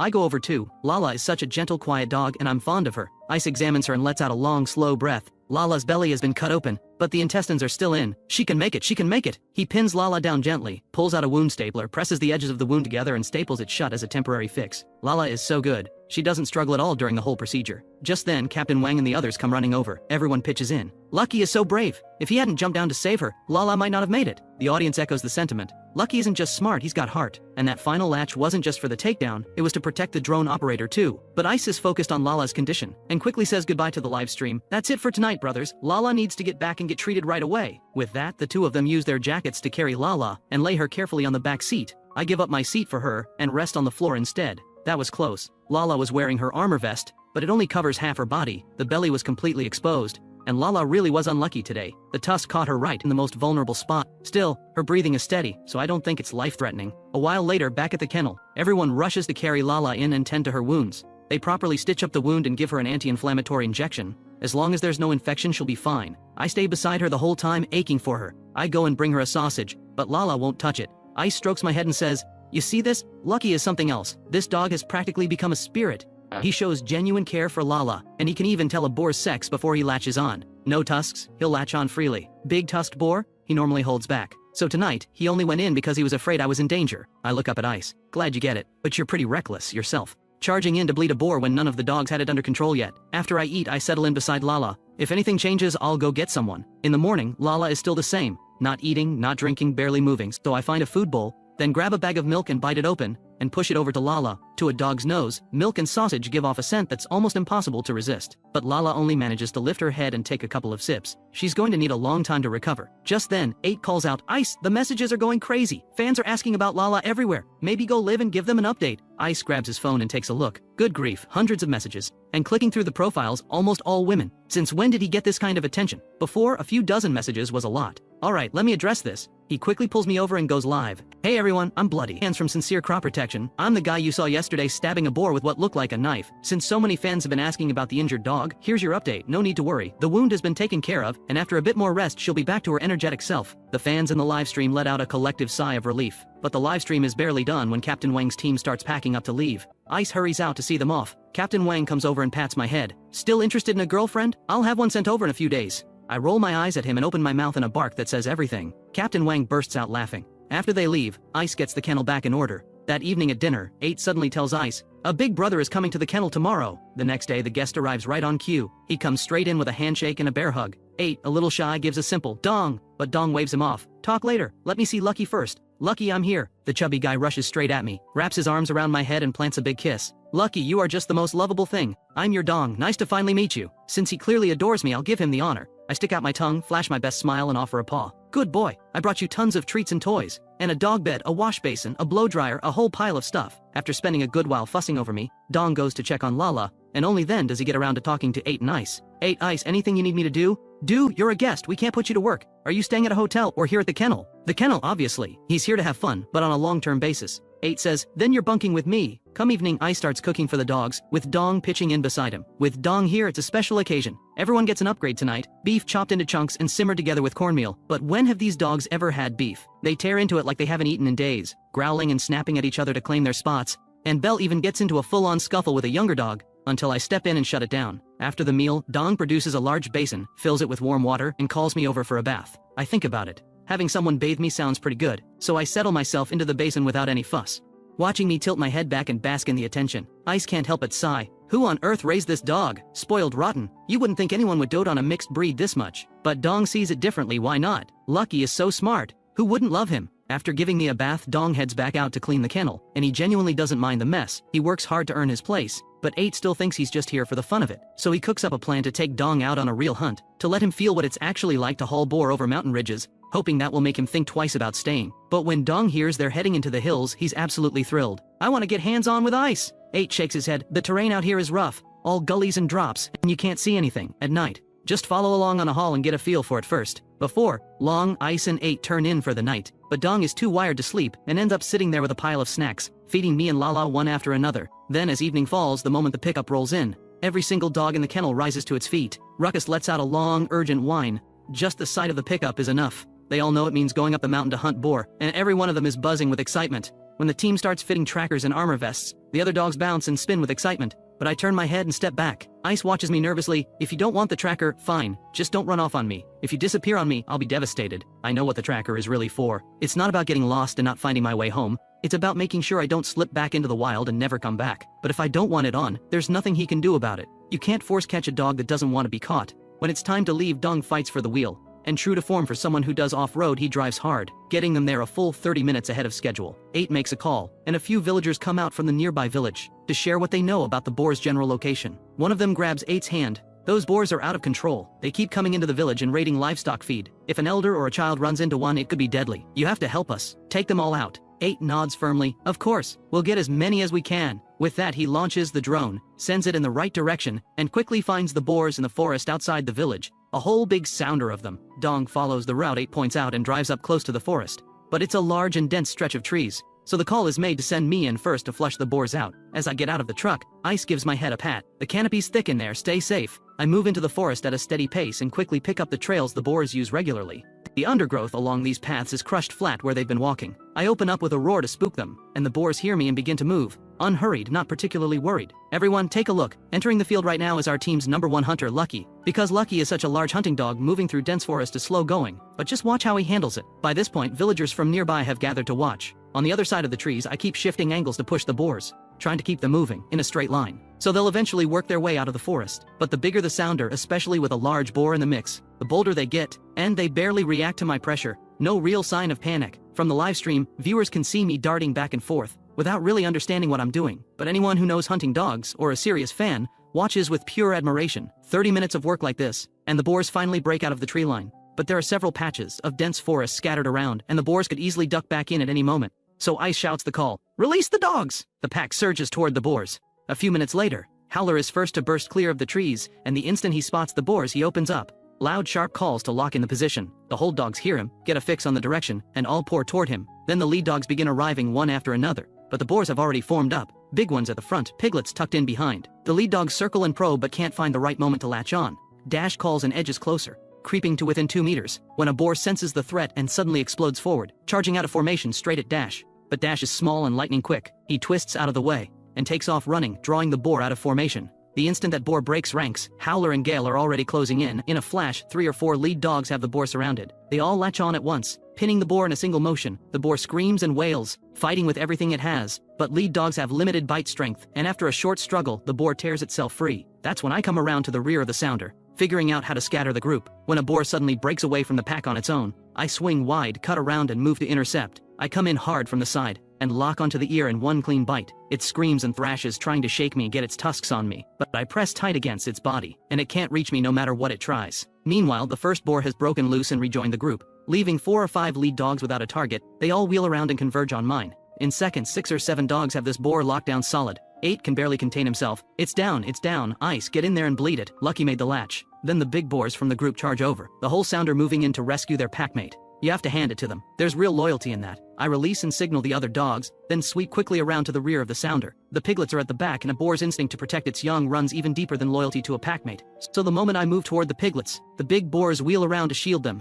As long as the young are in danger, the adults won't risk going to rescue anyone else. With that one move, I hold an entire sounder in place by myself. Ice comes crashing through the forest and arrives on the field, with the whole dogs right behind him. He doesn't waste a second. He draws his short blade and delivers the killing strike. The sounder is less than 5 meters away, watching their packmate go down. Ruckus, that lovable idiot, ignores the sounder entirely and runs straight to the boar that's already been bled out. Meanwhile, Shaker and Hothead arrive at the field and charge the sounder without a moment's hesitation. Already shaken by the sounds of their dying companion, the boars bolt. Shaker manages to latch onto one as it runs, but the boar whips its head and throws him off. The hold dogs give chase, and Ice slaps the lead dogs to urge them to follow. There's no way I'm letting this pass. I'm faster than all the hold dogs combined. In a few strides I'm at full speed, and every 20 meters I overtake another boar. I bite down hard on the hind leg of one. It screams and twists back to snap at me, but I match its rotation, turning with it, keeping myself just out of reach. It can't get to me. Shaker and Hothead arrive seconds later. Hothead's latch is a thing of beauty, full speed, perfectly timed, sinking his teeth into the ear in one clean motion. Shaker's first bite lands on the cheek, a fraction off. He readjusts and catches the ear a moment later. More lead dogs flood in, some latching on, some branching off to chase the fleeing sounder, but the sounder has entered another dense patch of forest, and the dogs that follow in lose their bearings,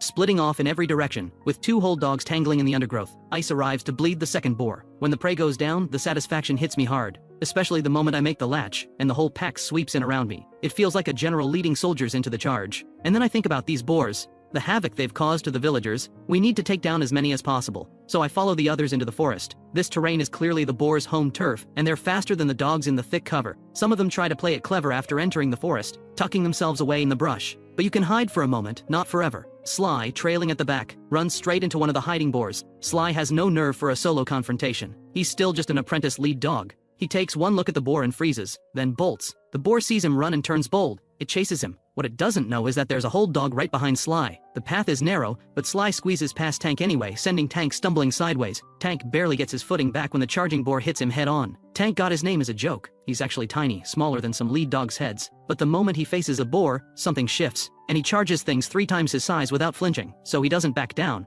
He goes straight at it head on, and bites down hard on the throat. The boar's momentum pushes Tank back several steps, and it swings its head wildly, trying to shake him off. Sly stands behind Tank and howls, calling for backup. Ruckus, who had already run off, hears Sly's call and doubles back, cutting the boar off from behind, and, eyeing its thrashing rear end, clamps down hard on the hind leg. The boar, locked in fierce combat with Tank, lets out a sharp scream. That brief hesitation is all Tank needs. He finally locks onto the ear and holds on solid. 8 shouts over the radio, "Ice, tank made a latch. He took some hits out there. Go check him for injuries." Copy. Ice bleeds the third boar, then parts tank's fur to check for wounds. 8 asks anxiously, "Ice, is tank okay?" "He's fine. The armor vest took everything. Just a couple of small scratches on the face from a branch." "Good. You've got another latch on your left." In the dense forest, several lead dogs have pinned down another small boar. Ice pushes through the dark trees, muttering to himself, "Busy night. These dogs are spread all over the place." You have to respect Ice. Out alone in the wild in the middle of the night chasing boars through the dark. By this point I'm already back at the pickup. 8 watches the boars retreat into the distance and keys the radio. "Ice, the boars have all pulled back. Call the dogs in, we can't keep pushing." Ice starts calling out and whistles to bring the dogs back. Dogs within earshot come bounding back. Ice signs off to the stream. "Alright, that's a wrap for tonight. Thank you all for watching. See you next time." Dong, 8 and the villagers all pitch in to drag the catch back. The villagers are warm and insistent. 8, thank you so much. Don't head back yet, stay in the village tonight. We'll treat you all to a meal tomorrow. But Ice is already scanning the dogs. Food can wait. Let's find the dogs first. We're one short. Which one? Flurry's missing. She probably chased something too far. And her tracker signal is gone. 8 scrambles to launch the drone. 2 battery packs later, still nothing. I watch them search and make my decision. Ice sees me moving and calls out, "Lucky, where are you going?" I don't answer. Flurry must have gone in with the last wave into the forest and chased a boar straight out the other side, losing the group in the process. I head back into the trees with purpose, going methodically from track to track, sorting out which scent belongs to which dog. Get the drone on Lucky now. Flurry's still missing, don't lose him too. I'm going to follow.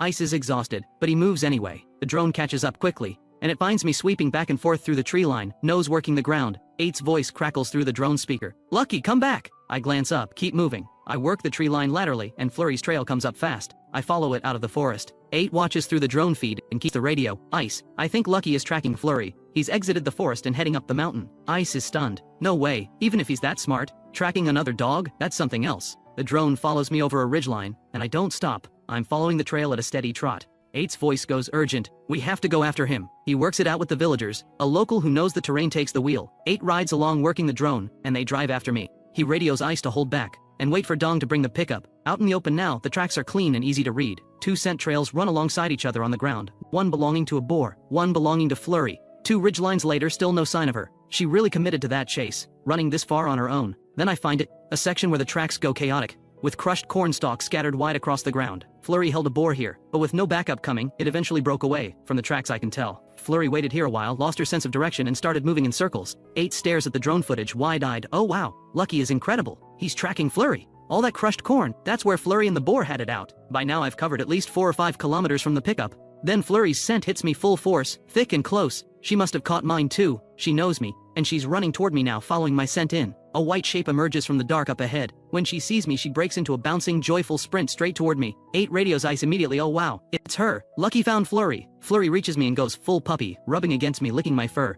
She probably thought I was lost too. What am I supposed to say? She just chased a little too far. It's not like she meant to run away. I lift my head and bark at the drone a few times. "Come on, 8, get the hint. There's no way I'm running all the way back the same route." 8 catches on and slowly pulls the drone back toward the road, testing it. He wants to see if the 2 of us will follow. The drone moves, I follow. Flurry finally has a familiar face beside her, and she's not letting go. The 2 of us trail the drone over the hills. Another kilometer before we reach the vehicles. Ice grabs my head with both hands. "Lucky, you legend. You knew she was missing and you went out and found her." Then he turns to Flurry with zero sympathy. "You numbskull, if you can't hold a boar, just come back. Don't go chasing into the dark forever." Flurry has no idea what he's saying. She wags her tail enthusiastically. I know how many dogs Ice and 8 have lost over the years, some taken by boars. Nothing to be done about that. But losing a dog to the wild, that really eats at you. You search and find nothing, hear nothing, and all you can do is hold on to the hope that one day, they'll find their own way home. By the time everything is sorted, the sky is turning light. The team follows the villagers into the village. Word has spread fast. The crop protection team came and took down the boars, and people pour out to see. Someone even finds a walled courtyard to settle the dogs in,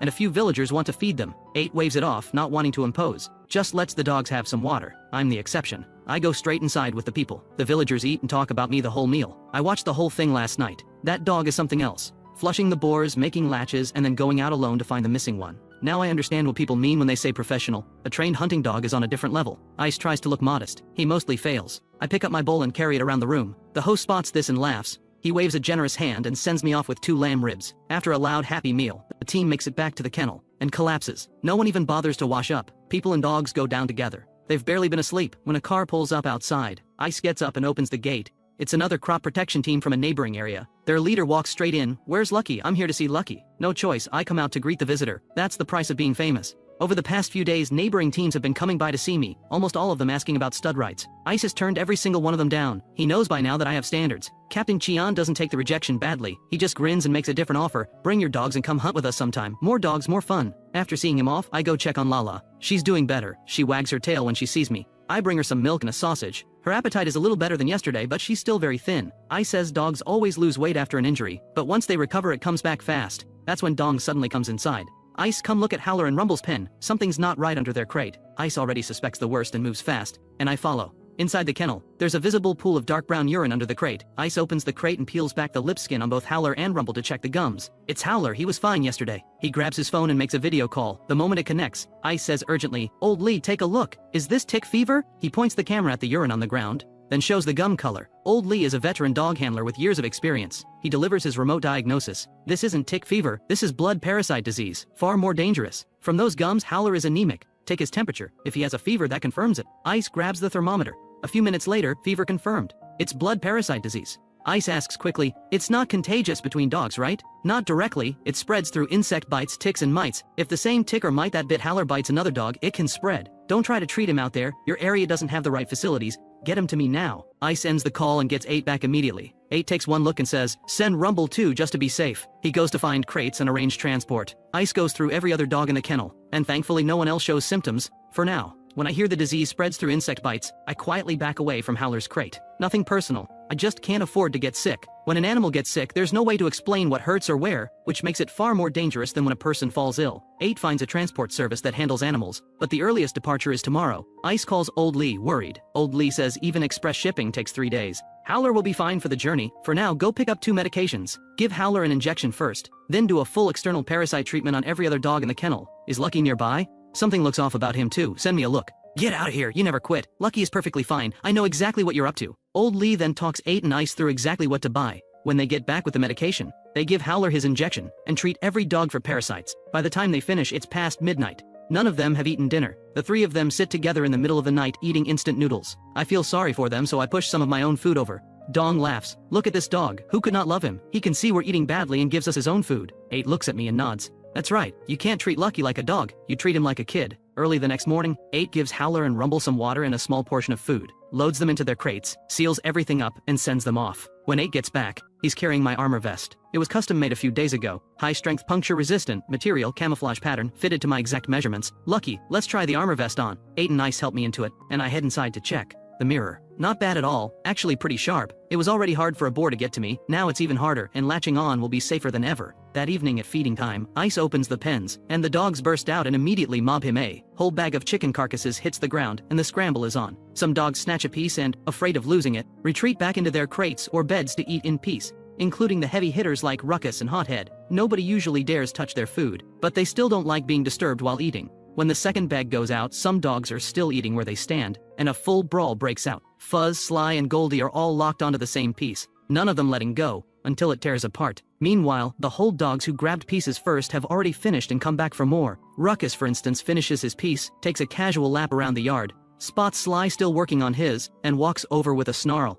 Sly has no spine for this. One huff from Ruckus and he drops the half-eaten piece, and slinks off looking miserable. I never pull rank like that, and this one thinks he can? I jump down from my spot immediately, stride over to Ruckus, and meet his snarl with my own. But Ruckus has a temper too. He drops the piece and squares up to me. Like, I'm going to let that slide. The top dog in this kennel is going to be me. I lunge and close my jaws around Ruckus's neck. But dog skin is loose and I only catch the surface layer. Ruckus refuses to yield. He growls and twists his head, snapping back at me. But with his neck in my grip, he can't reach me no matter how many times he tries. I'm worried he might get my front legs, so I let go on my own terms. The moment he's free, Ruckus launches himself at me in a full-body lunge. I sweep my front legs and flip him. Ruckus lands flat on his back, all 4 paws in the air. I pin his throat in an instant. Ice jumps. Let go! He genuinely fears I might kill Ruckus. I release immediately and step back. Ruckus tucks his tail and retreats. Ice doesn't chase me. What set Lucky and Ruckus off? Ruckus stole Sly's piece, Lucky stepped in. Looks like Lucky wants to be top dog. Wild canines always have a pack leader, someone who leads the hunt, defends against threats, manages the internal hierarchy, and decides who eats first. In the wild, no one eats before the leader gives the signal, no matter how hungry they are. But leadership is won through brutal combat. and that process almost always costs lives. A hunting team can't afford those losses. So through human control, no true pack leader has ever been allowed to emerge here. But I'm different. Ice thinks I can be that leader. First, I'm smart enough to do the job right. Second, the gap between me and the rest of the pack is so wide that I can establish order fast, without anyone dying. With that thought, Ice calls me over. Lucky, come here. I'm not afraid of him. I trot over without hesitation.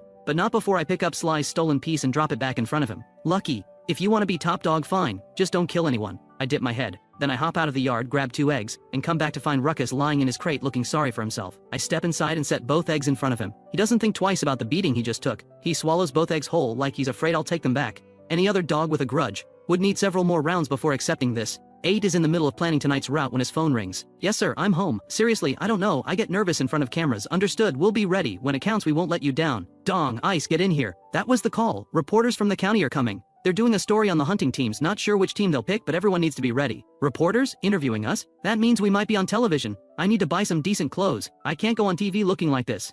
Ice, calm down. It's not confirmed yet. Doesn't matter, we prepare, like they're definitely coming. The 3 of them talk it over for a long time. That same evening news comes in, the reporters are arriving tomorrow, and they want a live hunting action shot that night. They're actually coming. I never thought I'd be on television in my life. Don't panic, they edit these things. If you say something wrong, they'll cut it. The real question is whether we can deliver a good hunt when they're watching. We can, absolutely. Before I couldn't be sure. But with Lucky on the team, we'll take something down. Right, Lucky? I decide to mess with him and shake my head. What? Why are you shaking your head? Don't you dare let me down. I grin and let out a bark. Oh, so that's how it is. You're messing with me. Ice lunges over and grabs my scruff, and we roll around play fighting. 8 watches and laughs. The tension in the room drops noticeably. They fall asleep with nerves still buzzing. The next day they wait from morning on, and it's not until the afternoon that word comes. The reporters are on their way. A convoy of 4 vehicles rolls into the valley, and the 3 of them stand at the gate to welcome them. 8. This is reporter Chen from the Agricultural Channel. Reporter Chen, this is 8, captain of the Chengsang Crop Protection Team. Captain 8, great to meet you. Welcome everyone. 8 forces out a stiff smile, so nervous he forgets to introduce Ice,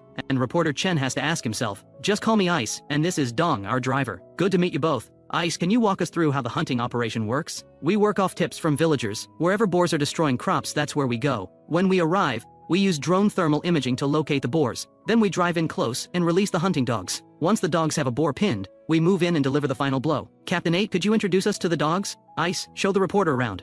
Ice leads reporter Chen into the yard. Reporter Chen has already spotted me, hard to miss with my size, and asks curiously, is that big dog outside not one of the hunting dogs? We'll get to that one last. Save the best for last. That alone tells the reporter this dog is something different. These dogs look impressive. What breeds are they? Dash is a pit bull and greyhound mix. Ironball is a Laika and Malinois mix. They're all mixed breeds? Don't purebreds work better? Not necessarily, we just prefer mixed breeds. Ice, I think it's time to meet that dog. This is Lucky, our #1 fighter. As you can see, he's also the biggest. But his size isn't even the point. Lucky's greatest weapon is his mind. This dog's intelligence is genuinely scary. In the field, he can work as a lead dog or a hold dog. When he spots prey, he can stalk in silently. Anything a pet dog can do, he can do. Anything a hunting dog can do, he does better. Really, Lucky, take a bow. I don't miss a beat. I sit up and bow, running through every command, without hesitation, and finishing with a handstand. Impressive, though plenty of pet dogs know those commands too. Tonight is the real test. Come on, let's head out. Let's go. The pickup pulls up to the gate, and the moment the dogs see it, they erupt. Ruckus lets out something between a howl and a bray. Including me, 19 dogs are loaded up, nearly the entire team. With reporters along tonight, there's no live stream. They park and get into position, and 8 launches the drone. It shoots into the air with a hum. The camera crew can't even track it. Are those the boars? Looks like a dozen or more. Ice, over a dozen boars. Release point at roughly 300 meters. The terrain tonight is ideal. Open, gently rolling hillside. No need for me to go in first and hold the boars this time. Ice picks the angle, and Dong drops the tailgate. In an instant, the dogs pour out, scrambling over each other, and I'm already gone. The open ground is made for running. I'm wearing my custom armor vest tonight too, but it doesn't slow me down one bit. The other dogs hit the ground, spot me and Ice, and fall in behind. Ruckus doesn't make that ridiculous sound every time. Tonight he's all business. The drone feed shows it all, the pack stretching into a single line, accelerating hard, and I'm out front. No wonder they call Lucky the #1 fighter. A whole dog in full armor vest, and he runs like that. Dash, Ironball, and Gale are all fast too, but they haven't spotted the boars yet, so they're not at full speed. I'm already at a full sprint. That's why I'm out front. Pinpoint positioning. In under 2 minutes, we close in on the boars. At under 50 meters, the boars suddenly sense the threat and bunch together. This sounder doesn't panic and scatter. They form up into a defensive wall. Even as I arrive, they don't run. But facing a charging pack, not one of them is willing to break out and fight. With the armor vest on, my confidence is through the roof, and I have a plan, so I don't slow down at all. I drive straight at a boar on the outer edge and bite down. But I release immediately, because I know the other boars will charge in to rescue their packmate, and I want them to come at me. Sure enough, a boar from the side explodes toward me, and I'm already slowing, turning, and pulling away. That boar breaks formation and charges after me. It chases me less than 10 meters before the rest of the pack arrives. The boar sees the whole pack bearing down and spins to flee. I wheel around instantly, accelerate hard to catch it from behind and bite down on the hind leg. Latch! Lucky is incredible, he baited one out of the formation. I lock onto that hind leg and hold. The boar screams in pain and calls out to the sounder, but the pack is already there. Seeing my latch, they all pile on. In seconds, Gale is first to latch an ear. Pair, first of the hold dogs to arrive, clamps onto the other ear, and the rest surge in, latching wherever they can. The sounder had been considering a rescue, but faced with this many hunting dogs, their nerve breaks and they bolt. Dash, Chief, and Blizzard lead the chase after the fleeing sounder. Ice, it's down, get in there and bleed it. They took down a boar in under 3 minutes. These hunting dogs are incredible, I have to see this up close. Ice, pull the dogs off, we can take more tonight. The lead dogs are closing in fast when one boar suddenly spins and charges back at Dash, but stopping breaks it away from the fleeing group, and Chief and Dash double team it together. Flurry, Fuzz, and Blizzard are still chasing the sounder. Ice moves fast tonight. Dressed in his new clothes and not wanting boar blood on them, he's brought a spear instead of a blade. One thrust drives the spear into the boar's side, while the other hold dogs hold the first boar down. I've already released and gone after the next one. Less than 100 meters out, I spot the boar that Dash and Chief have pinned. Under 200 pounds, there's no way I'm leaving this one alone. In the next second, I blow straight through the gap between Dash and Chief. Thinking of how Hothead makes that flying ear latch look so good, I decide to copy it. I surge in and lock onto the ear, using the impact of the boar itself to stop my momentum. I'm over 100 pounds moving at full speed. The collision nearly takes it off its feet. My teeth punch clean through the ear. The boar screams and struggles to stand, and Dash flinches back, not daring to latch. But Chief comes in from behind and locks onto the hind leg. Ice, another one down. Lucky made the latch again. This little boar isn't giving up. The moment I steady myself, it swings its head hard. The short tusks hit the armor vest. I feel the impact, nothing more. Then it starts spinning, trying to create distance and break my grip. I spin with it, and Chief keeps wrenching at the hind leg from behind. The other hold dogs arrive, and I release immediately, heading to the next fight. Blizzard is already calling up ahead. She's pinned another one. When the second boar goes down, reporter Chen and the camera crew have caught up, and they capture the full sequence on film. These hunting dogs are incredibly efficient, and Lucky is the key. The boars had formed up tight. That formation is usually hard to crack, but Lucky broke it open in one move. And both takedowns so far, Lucky made the latch both times. No wonder he's the #1 fighter. Lead dog and hold dog in one. Meanwhile, I've reached the third boar, a small one, around 100 pounds. Blizzard and Flurry have it fully under control, so I skip past and keep chasing the fleeing sounder. Further out, the sounder has split apart, small groups scattering in every direction. I take a deep breath, read the scent lines carefully, and cross-reference them with the tracks on the ground. It doesn't take long to lock onto a trail. 3 boars moving together. I follow the tracks and scent line at pace. On an ordinary night, 2 takedowns would be enough to call it done, but with reporters watching tonight, I need to deliver. Behind me, the boar Blizzard and Flurry were holding has already been finished. Ice figures the hunt is winding down. The boars are long gone. But when he calls the dogs back, I'm not among them. Where's Lucky? Lucky went after them again. He's far out. The boars are at least 2 kilometers away. I'll guide him back. 3 takedowns and he's still chasing? Dogs and boars both have strong stamina. A few kilometers is nothing unusual. How do we get to him? No road, we walk. Ice gathers the dogs and sets off after me. I'm running hard through the dark. Over a ridgeline, I finally spot them. 3 boars stopped on a hillside. To avoid spooking them, I circle around to the base of the slope and slow to a quiet approach, cutting around to get ahead of them. I loop wide, slipping past them at a distance of a few dozen meters, and appear silently behind all 3. I know Ice is on his way, so I don't move into the open. I tuck into the grass and rest. The scattered boars are confused, stopped on the slope, not eating, not moving, just watching the darkness around them. About 20 minutes later, Dash and Gale catch the boar scent and break into a charge. Hold dogs have weaker noses, but the moment the lead dogs move, they follow. Ice calls out, "You got the position? Dogs are out." 8, what's Lucky doing? He's left the reporters behind. 8 replies, "Lucky is resting right behind the boars. He's so smart. He knew we'd be slow getting there, so he stopped to wait." Dash and the others get close, but the boars spot them and bolt straight into me. This time, I choose to go head on. 8 shouts over the radio, "Lucky and the boars are face to face." He's not dodging. He's going straight in for the latch. 3 boars charging head on. I drive straight into them, pick one and go for the latch, locking onto the ear in a single bite that holds solid. The boar swings its head at me repeatedly. Every hit is absorbed by the armor vest. The slope is steep. As the boar thrashes, it loses its footing. We slide down together and I use the momentum to shift below it, letting gravity work in my favor. The boar has to fight uphill to break free. The other 2 boars hesitate, weighing a rescue, then decide against it and run up the slope. They might not get far. In under a minute, Dash arrives and loops around to bite the rear. The hold dogs arrive moments later and pile on to pin it down. I do the math, 2 or 3 minutes at most. Still catchable. I release and go. The boars have gone over the ridge. I read the scent, check the terrain, and choose not to go straight over the top. I run along the slope and around the ridge, longer in distance but it saves energy. Once around the ridge I push to full speed, but the 2 remaining boars are already in a full panic, running flat out even though no dog is behind them. I make the call, let them go. Another long chase and I could catch them, but Ice would suffer for it, having to cover several more kilometers on foot, and there are always more boars. No need to push further. Tonight's results are already remarkable. 8 is already worried about Ice.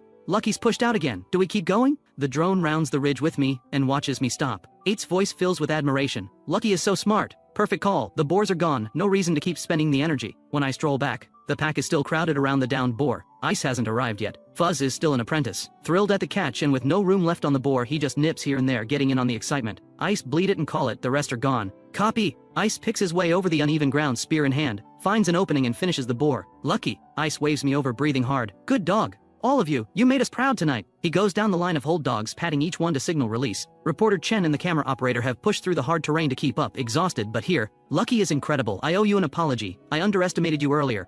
Reporter Chen turns to Ice. Lucky was the first to latch on all those boars, right? Not the third one, that one was small. Lucky took one look and passed. He went straight for this big one instead. So that wraps up tonight's hunt? That's right, we're done. How are the dogs? Anyone hurt? Not a scratch. The boars tonight weren't too big and we didn't run into any long-tusked boars. The team hauls the boars out and loads the dogs back in. The crew breaks down the equipment on the other side. By the time everything is packed up and they're driving home, dawn is nearly breaking. The moment they pull in, reporter Chen says, 8, thank you all for your cooperation. That's a wrap on filming. The segment should air within 3 days. I'll let you know when it's scheduled. Thank you as well, 8 says, unusually crisp. You've been up all night, head home and get some rest. Dinner's on me tonight. We appreciate it, but we'll have to pass. We're heading back this afternoon. The crew, especially the camera operators and assistants, are completely wiped out. They pack up and leave quickly. The moment they're gone, Ice claps his hands and grins. We're going on TV. He grabs his phone and dials immediately. Lee, I've got great news. I'm going to be on TV. Lee sounds half asleep and bewildered. Are you out of your mind? Do you know what time it is? You know what we were doing last night? A reporter came to film us. They spent the whole night following us around. Lee isn't buying it. Is this Ice? Did something get into you? You're talking nonsense. Believe it or don't, just watch when it airs. Ice hangs up with a click. Lee stares at his phone, dumbfounded. He calls back. Busy signal. 8 is just as excited, though underneath there's a trace of nerves. Ice's outburst shakes loose the tension, and 8 heads to bed with a grin, while the 3 of them are fast asleep. A car pulls up to the kennel in the dead of night. This place rarely gets visitors. Who shows up in the middle of the night? 8, I need your help. I step outside and find a man in his 50s climbing out of the car. 8 is immediately alert. Uncle, what's going on? Tell me. If I can help, I will. It's the village chief from 8's hometown. The Wei family's kid went missing, the chief explains. You've got that drone that picks up heat at night. Can you sweep the area around the village? On it. I'll grab the drone right now. 8 doesn't hesitate. He heads inside to get the equipment. Finding people is something I'm good at. 8 barely has the truck door open before I jump in and slide from the driver's side over to the passenger seat. 8 calls after me. Lucky, we're not going up the mountain. Get out. Then he stops himself. Lucky can track down a lost dog, so a lost child should be no different. 8 grabs a GPS tracking collar and clips it around my neck. All right, you're coming too. 8 follows the chief's car out of the kennel, driving fast. They're in a hurry. In just over half an hour, they reach the village. As soon as they arrive, 8 says, Uncle, let's check the Wei house first. At the family's home, only the grandmother is there, eyes red and swollen from crying. Everyone else is already out searching the mountain. Half the village has turned out to help. The old woman rushes toward them. Little 8, you came to help. Thank you so much. Of course, we're all from the same village. Can you grab something the child was wearing recently? Right away. She doesn't stop to ask why, she just goes. 8 holds out the clothing to me. Lucky, remember this scent? I give a slow nod, committed to memory. Let's find a high point. Better signal up there. Minutes later, the truck leaves the village and finds the nearest hilltop. The 3 of us, 2 men and 1 dog, climb to the peak. 8 launches the drone. The thermal display immediately picks up several heat signatures, villagers scattered across the mountain searching. I stand at the summit and draw in a long, slow breath. No trace of the child. I read the terrain. I feel the wind direction. Then I move down the slope on my own, crossing the road below and climbing the ridge on the other side. 8! The chief calls out. Your dog, he's gone. It's fine, he's out looking. Really? I've heard police dogs can track people. Yours can too? Honestly, not sure. Worth trying. I move once, find nothing, and begin circling the village in a wide sweep. The wind is strong tonight. Unless I'm downwind of the child, I need to be very close to catch the scent. One full loop of the village, and I widen my search radius. I work like a radar dish. My nose covers a radius of a kilometer or 2. If that child is anywhere near this village, I'll find them. Finally, 2 kilometers northwest of the village, the scent hits me. I let out 2 sharp barks, a signal for 8. The GPS collar has a sound detection function. When the tagged dog barks, the base unit alerts the operator. Sure enough, 8 sees the notification on his screen. He's barking! Something's up! He wheels the drone toward my position. I slow to a trot, letting the drone keep up. Did he find the child? The chief asks. Not confirmed yet. Let's get over there. The wind is up tonight and the drone is rocking, burning through battery faster than usual. Even so, 8 keeps it in the air. Finding this kid comes first. I look up and spot the drone's lights. Now I'm certain of the direction. I break into a run. Ahead, a dense thicket in a mountain valley. Running through it, I find a trail, a path worn through the brush by wild boars. I follow it inward. The child is somewhere inside this thicket. The drone is high enough to see a heat signature and picks up a faint glow below, but 8 can't tell if it's a boar or a person. He drops altitude and closes in fast. then switches on the light to get a closer look. The next second, 8's voice cracks with excitement. Found him! It's the child! We found him! Oh, thank goodness! The chief confirms it in the drone feed, a small figure lying face down in the brush. He gets on the phone immediately. Fortunately, there's a dirt path accessible to vehicles just below that thicket. Both men scramble down the hill and drive over, and word spreads fast. Villagers pour toward the location from all directions. When I reach the child, I find him lying still, breathing steadily. He's asleep. I look closer. Something is wrong. There's a steel wire coiled around his leg. Someone set a snare out here, and it caught a child around 10 years old. The spring wire snare locks tight the moment it closes, near impossible to open by hand. The boy doesn't have that strength. His lower leg is already bruised purple and raw where the wire cut through the skin. He cried himself to exhaustion and fell asleep right there. Lucky there are no wild boars in the area tonight. It could have been far worse. I sit beside him and wait. I don't wake him. I don't want to frighten him. 8 and the chief arrive first. They find me beside the child. The chief calls out. The boy jolts awake, sees the faces above him and bursts into tears. 8 snaps open the snare, then he pats my head. Lucky, you're incredible. You could work as a police dog. For a moment, 8 wonders, is chasing wild boars with us actually a waste of Lucky's talent? Within 10 minutes a whole crowd arrives in a flurry. A woman takes the child and holds him tight, sobbing, then switches to scolding him between tears. This foolish child, why didn't you listen? The chief knows it's just fear coming out as anger. Save the lecture, his leg is badly bruised. Get him to a hospital first. The mother thanks 8 in a rush, and hurries off with her son. The villagers gather around me talking over each other. The dog found him. One dog did more than all 50 of us combined. A hunting dog that can track people, that's police dog level right there. I stand tall, head up, very proud. Alright, everyone head home, the chief says. He thanks 8 on behalf of the village, and 8 drives us back. They sleep until almost noon. When the 3 of them finally drag themselves up, they start planning where to go tonight. Fan engagement has been running hot lately. They have to do a live stream tonight. No excuses. That evening, the truck is loaded and the dogs are on board. They head out. At the location, they open the live stream first. 8 runs through the drone setup and links the feed to the broadcast. Ice leans toward the camera. Good evening, everyone. Welcome to the stream. Tonight we are out here on crop protection duty. The drone goes up. 8 goes quiet, scanning for boars. Viewers pile in with questions. Ice answers them here and there. Tonight's search is rough going. Multiple position changes. 3 full battery cycles burn through. Then finally, the first boar. Dense brush, big one, 8 announces. I push my head over to look. Down in the valley thicket, the thermal image shows a massive boar. The heat signature burns exceptionally bright. Ice, get up. We've got one. Ice scrambles up from the back seat. Dong comes over from the other vehicle. That's a big boar, 8 says. 300 pounds at minimum. Sending dogs into dense brush is dangerous. Ice is firm. No release. The dogs can't dodge in there. Someone's getting hurt. Can Lucky drive the boar out? No, Lucky's a big dog, already clumsy in tight brush. He goes in there, he's even more vulnerable. Ice is especially worried about me getting hurt, but I'm completely confident. I turn and scratch at the truck door, let myself out. You just watch. Ice jumps out after me. Lucky, where do you think you're going? I shake out my coat and take off toward the boar's position. Ice spins around, urgent. 8, Lucky went in. Do we release the other dogs or not? 8 doesn't know what to, either. The terrain is terrible for the pack. Releasing them means injuries for sure, but leaving me with no backup is also bad. In the end, 8 chooses to trust me. Have faith in Lucky. He's smart, he's not going to force anything. Ice isn't convinced. He and Dong grab their spears and push into the brush. The thicket is dense, thorns and shrubs everywhere. I approach in a straight line at first, but this boar is full of confidence. He hears me coming and doesn't run. He just lifts his head and stares in my direction, waiting to see what I am. The brambles around him are especially thick. When I'm still 20 to 30 meters away, I stop at a clearing and open my mouth. I start barking at him. 8 relays the update to Ice. Ice, Lucky's brilliant, stopped and started barking while still 20 meters away. Ice can see it on the live stream feed. He relaxes slightly, and I'm already thinking ahead. My escape routes are already mapped. At this range there's zero threat. The big boar doesn't even dignify me with a response. He just stands there. So I stand there too, and I bark, and I keep barking. 8 suddenly understands what I'm doing. Lucky is taunting the boar, like an ancient battle tactic, calling out the enemy from your lines to provoke them into charging first. I keep at it. 20 minutes, straight, without stopping. The livestream viewers watch in awe as I keep going for 20 solid minutes. That dog's throat must be dry by now. The dedication. He's been going for 20 minutes straight. If someone yelled at me for 20 minutes, I'd snap too, and snap the boar does. He loses it, crashing through the thorns and charging straight at me. As he closes in, I get my first clear look at his full size. This is the biggest boar I've ever seen. Not 300 pounds, 400 easily, maybe more. He is not something you take down quickly. Today, we run him down properly. I spin and bolt. I follow the path I already scouted, threading through the brush, pulling the boar toward the edge of the thicket. He chases for about 50 meters, decides he's driven me off, and stops. I don't bounce back right away, not yet. But after I pick my next escape path, I come back around. 10 meters from the boar, I open up again. On the other side of the valley, Ice stands under a big tree with his spear ready to back me up. He's a cautious old hunter. Facing a boar this size, he's already thought about which branches he'll climb if things go wrong. Another 10 minutes of barking, non-stop noise. Who could stand it? The big boar charges again. I turn and run again. This time the boar is truly furious. He doesn't stop at the edge of the brush. He follows me all the way out into the open. But once he's out, the open ground makes him uneasy, and he stops.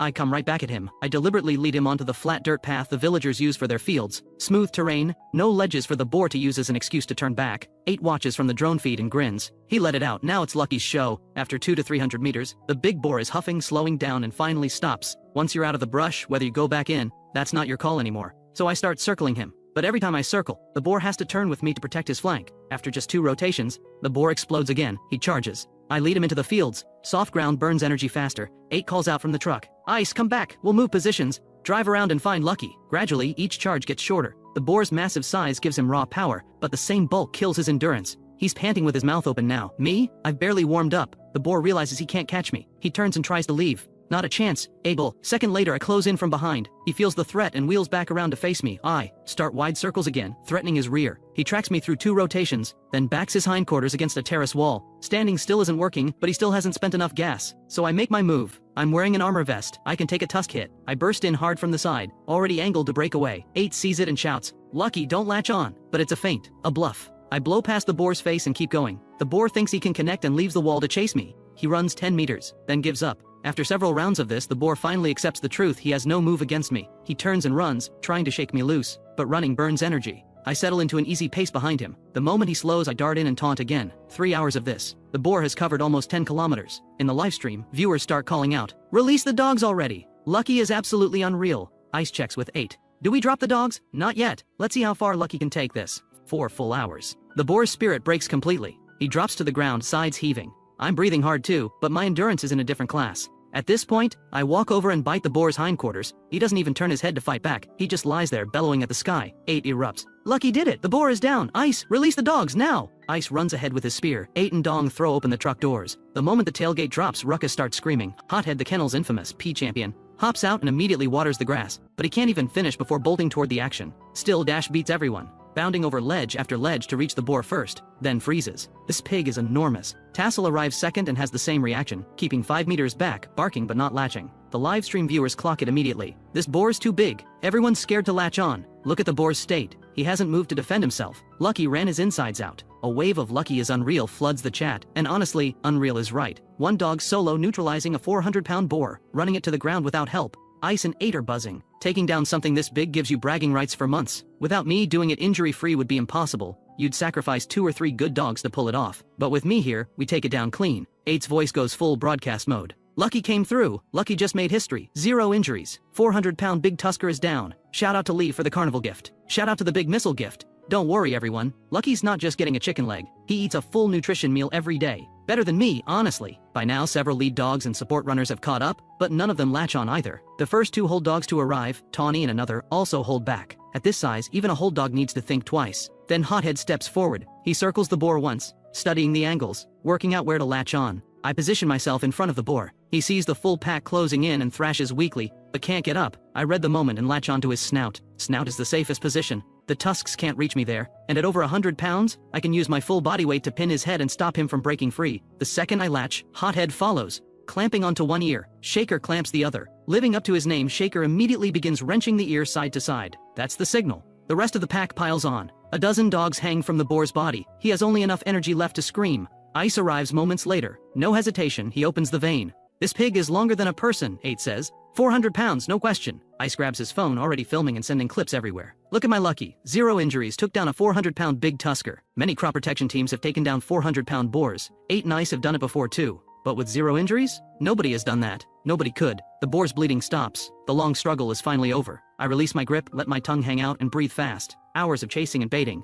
I ran considerably more than the boar tonight, 10+ kilometers easily. Ice sees the state I'm in and immediately pulls out milk. Good dog. Absolutely incredible, not a scratch on you. After I finish the milk, Dong comes over to admire the boar. Ice hands the phone to Dong, climbs on top of the boar and poses for a photo. Both hands gripping the boar's ears like trophy handles. How are we supposed to drag 400 pounds back to the truck? 8 says, then realizes how absurd it sounds. 3 men hauling 400+ pounds in the dark. It is in fact very difficult. Alright everyone, that's it for tonight. 1 boar this size, that's worth the whole night. See you next time. Stream off. 8 sprints over. His first order of business is also photos. Then all 3 of them strain and drag the carcass to the truck. Dogs get loaded. Everyone drives home. Back at the kennel, Ice feeds the dogs, while 8 and Dong pop the truck open. Pliers, hammer, getting to work pulling the boar's tusks. The big ones come out 15 centimeters long like short daggers. Dogs fed, the 3 of them don't bother sleeping. They just stand around admiring the boar. I don't miss the moment either. I jump up on the carcass, stand tall and pose for photos. All content for the fans. When the photo session finally ends, they haul the carcass back to the truck with great effort.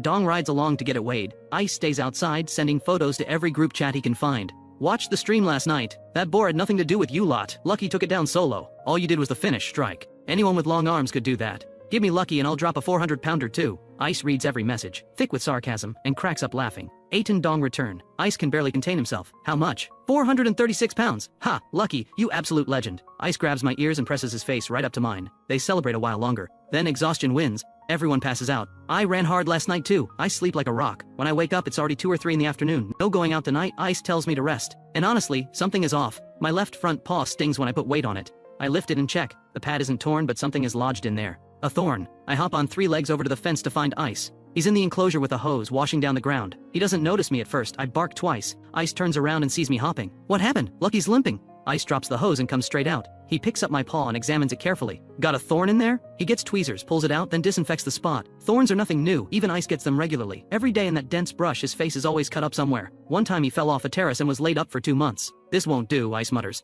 10+ kilometers and you've already got a thorn in your paw. You need shoes. I trot over and push both front paws into one of Ice's boots. He reads it immediately. You want shoes? You think you can get used to them? I nod. You get used to it if you wear them long enough. You really are something. You get a thorn and you figure out you need shoes. Ice calls to 8. 8, do you know anyone who does custom stitching? Lucky needs shoes. As 8 checks the time, pats my head and says, let's go, right now. By the time the shoes are ready, it's nearly evening. 8 picks up dinner on the way back. Ice is buzzing. 8, I got a message. Our segment airs tomorrow. Already? That fast? After dinner, Ice is glued to his phone. Out of every crop protection team in the country, which one has ever made the actual news? He blasts the announcement across every group. The Hunting Circles chat, the Streaming Fans chat, the general fan group. Don't forget to watch. This is the first time 8 and I have ever been on TV. Our dogs were incredible that night, especially Lucky. He finished 4 boars. First to latch on 3 of them, and on the last one he chased it 2 kilometers before bringing it down. The fan group detonates. A fan named Chen goes into full caps lock mode. Wait, is this real? Our dogs are on TV? I just started following and this is the news I get? Ice 8 Lucky, you guys are absolutely incredible. Even more unbelievable. The very next day, this fan goes to the local convenience store asking about me, and immediately gets the kennel's address. Just after 10 in the morning, the 3 of them still half asleep. A car pulls up out of nowhere. The car stops. The mixed breeds lead a few of the smaller dogs over to investigate. Misty sits in the car for a moment then rolls down the window. Ice 8, I'm up early, I'm the first one out the door. Misty spots me and waves wildly. It's Lucky, Lucky. I pause. Another visitor? 8 hears the commotion and comes out. Misty recognizes him immediately and waves. 8, I'm one of your fans, I came to see you. 8 blinks. A fan showed up in person? How did you even find this place? Sorry for showing up like this. I sent you a message but you didn't reply so I just tracked you down myself. You're always welcome, don't worry about it. Come on out, none of them bite. Okay, here I come. A fan shows up in person and 8 has absolutely no idea what to say. Fortunately, Ice comes out just in time. Misty smiles. Hey Ice. Turns out we're from the same area. I saw that video you posted, recognized the store and asked around. Sorry for the intrusion. She already knows exactly what both of them are like. Ice waves it off. Intrusion? Everyone's welcome here. Ice, Lucky doesn't bite, does he? Relax. With this bunch, even if I bite someone, they still won't. The words are barely out of his mouth before Misty dashes straight toward me. Lucky, I'm here. She cups my chin with one hand and strokes the top of my head with the other. I let her, very cooperative. She pets me and looks me over carefully. She really loves dogs. Lucky, if I'd known you were this close, I would have come ages ago. I brought you so many snacks. Misty runs back to the car and hauls out a whole box, packed with treats from the pet store. Ice, Lucky can have these, right? Ice doesn't rain on her parade. Go ahead and feed him. If he doesn't like something, he won't eat it. Ice 8, go do your thing. I'm happy just hanging out with Lucky. We're not busy, stick around. After a while, Misty says her goodbyes and promises to come back to see me again. Once she's gone, the 3 of them head inside, open their phones, and the recorded news segment begins to play. A female anchor speaks. Our next story. As ecosystems have recovered in recent years, wildlife populations have grown, bringing biodiversity, but also new tensions. Our correspondent has this report. The news coverage is brief, less than a minute in total. 8 and Ice appear on screen for maybe 10 seconds each. But that's more than enough. Both of them are thrilled. I make an appearance too, just a thermal image of a dog running, but the full version on their video account runs over 10 minutes. The moment the broadcast ends, they switch over to that. This version has everything: pre-hunt interviews, the full takedown sequence, and a dedicated close-up introduction of me. Ice watches it all the way through and immediately shares it to every group, rallying everyone to like and comment. Lucky made the news. 4 boars finished, first to latch on 3 of them. Voice messages flying in every direction. I lean in to look at the phone too, scanning the comments. At least half of them are about me. 8 raises his glass. Come on, let's drink to this. The mood is high and the drinks keep coming. All 3 of them, and 1 dog, end up drunk. I'm the first to lose it, can't stay steady in my chair. I climb down, determined to prove I'm fine. But the moment I take a step, my front legs nearly split apart. I wobble all over the place. The 3 of them burst out laughing. The night dissolves into chaos. All three of them are completely gone. When morning comes, they look at each other. 8 and Ice both wince. Dong sums it up. No more buying alcohol, this is a waste of everyone's time. Just then the tailor shop calls. The shoes are ready. 8 picks them up immediately. Lucky, come try your shoes on. He puts them on one by one. Shoes on, 8 tells me to run a few laps. I launch off the line and tear down the dirt road out front, kicking up a trail of dust behind me. I come blazing back through the cloud. 8 checks the fit, nothing loose. Lucky, do they work? I nod. With shoes on, no more thorns, no more worn down pads. After yesterday's celebration, it's back to reality. Time to get back to work. A call comes in from a villager. There's a gang of wild boars near the village. They raid the crops during the day, get chased off, and come right back at night to do it again. The villagers tried using their own dogs to drive them off. One dog ended up bitten. This gang is bold. They've been going at it with the villagers for days. It took the village official escalating it up the chain before 8's number even got passed along. Ice still has energy to burn. Bold? Let's see if they're bolder than me. Ready to take on the whole gang himself. 8 grins. Then you'd better sharpen your blades first. Ice turns to me.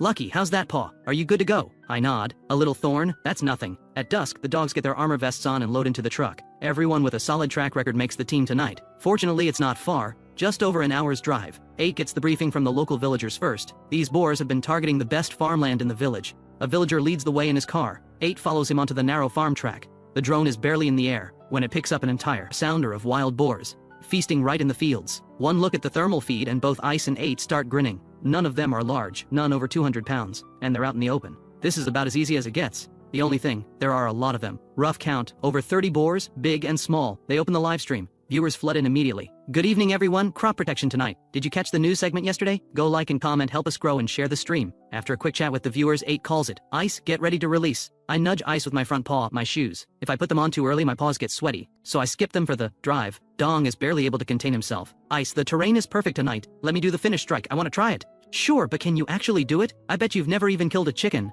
What's there to hesitate about? These things are destroying people's crops. Watch me, clean finish, no hesitation. On tough terrain, Dong can't keep up, and Ice worries about him being a liability. But Dong has been wanting to try the finish strike for a while. I get my shoes on and hop out of the truck, but this time I hang back. These boars are small, the terrain is wide open, no challenge here at all. 8 gives the call. Dong, release. Dong throws open the tailgate. The dogs pour out, every one of them jostling to be first. Ice moves forward a few paces. The lead dogs immediately catch the scent. The lead dog pack tears off at full speed. The hold dogs push hard to keep up. The boars don't bolt right away. Seeing the pack coming, they bunch together. The bigger ones up front, the smaller ones sheltered behind. This is the largest sounder I've ever seen. Over 30 boars across all sizes. Fortunately, there's no big tusker in the group. Boars usually only join the sounder during breeding season. That's when a protective boar is at its most dangerous. Go hunting during that window and you're almost guaranteed to face one. But it's not breeding season now. No boars in the sounder, just sows and piglets. Fair game. I'm taking it easy tonight. Because the other dogs need their reps too. If I do everything, nobody else grows. Tonight I'm here to manage the field. I'll step in if things go wrong.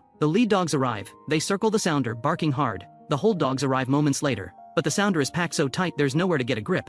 The lead dogs are smart about it. Tassel barks and slowly closes the gap. As the distance shrinks, a boar feels the pressure, and suddenly breaks from the group and charges. Tassel spins and bolts, but catches a foot on a potato vine, and the charging boar slams straight into Tassel, sending him tumbling. Goldie sees the opening and goes for it. Latching on immediately, Tank moves in to do the same. But the moment Goldie latches, another boar charges out to rescue the first, forcing Goldie to release and scramble back. The boar retreats into the sounder. With over a dozen dogs spread out, they can't all converge at once, so Tassel runs the same play again, pressing in to provoke another boar into breaking formation. It plays out almost identically, except this time Tassel dodges the charge cleanly, then spins back and latches on. Tawny, Chief, Blizzard and the others pile on from the sides, pinning the boar down with ease. But at least 3 or 4 boars charge out together to free the captured one, and they slam straight through the dogs, knocking them aside. 8 sees it and calls out, "Too many boars! It's getting chaotic! Ice, get in there!" A full brawl, over a dozen dogs against 30+ boars. The viewers are glued to the stream. The boars are coordinated, pulling each other out of danger. And for a while the dogs genuinely can't break their formation. Where's Lucky tonight? Why isn't he doing anything?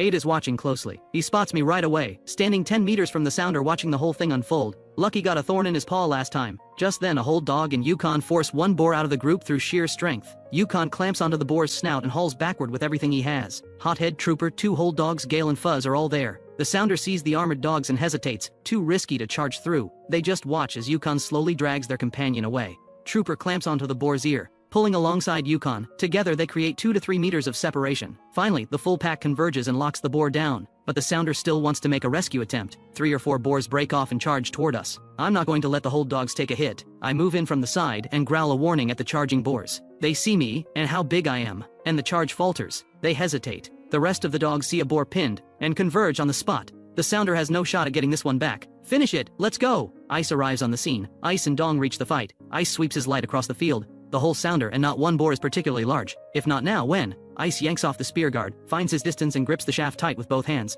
Dong, cover my back. Stay sharp. Dong watches Ice bypass the pinned boar and walks straight toward the sounder. Ice, what are you doing? Tonight I'm going one-on-one with a whole herd. After years of crop protection work, Ice has built up both experience and nerve that most people don't have. More than once he has moved in to strike, before the hold dogs have fully secured the boar, but it's never reckless. It's always a calculated read of the situation. Situation like this, if I don't take down a few myself, my hands are going to itch. Ice, just be careful, go do the finish strike on the pinned one.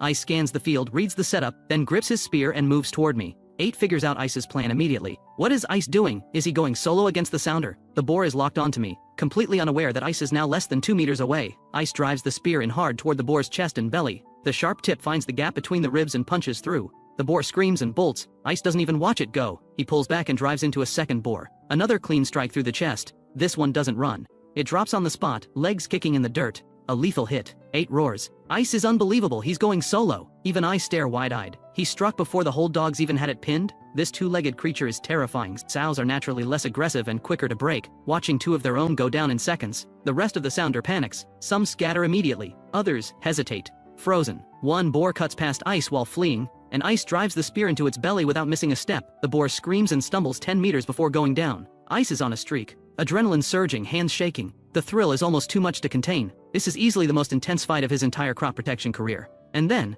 another boar cuts through.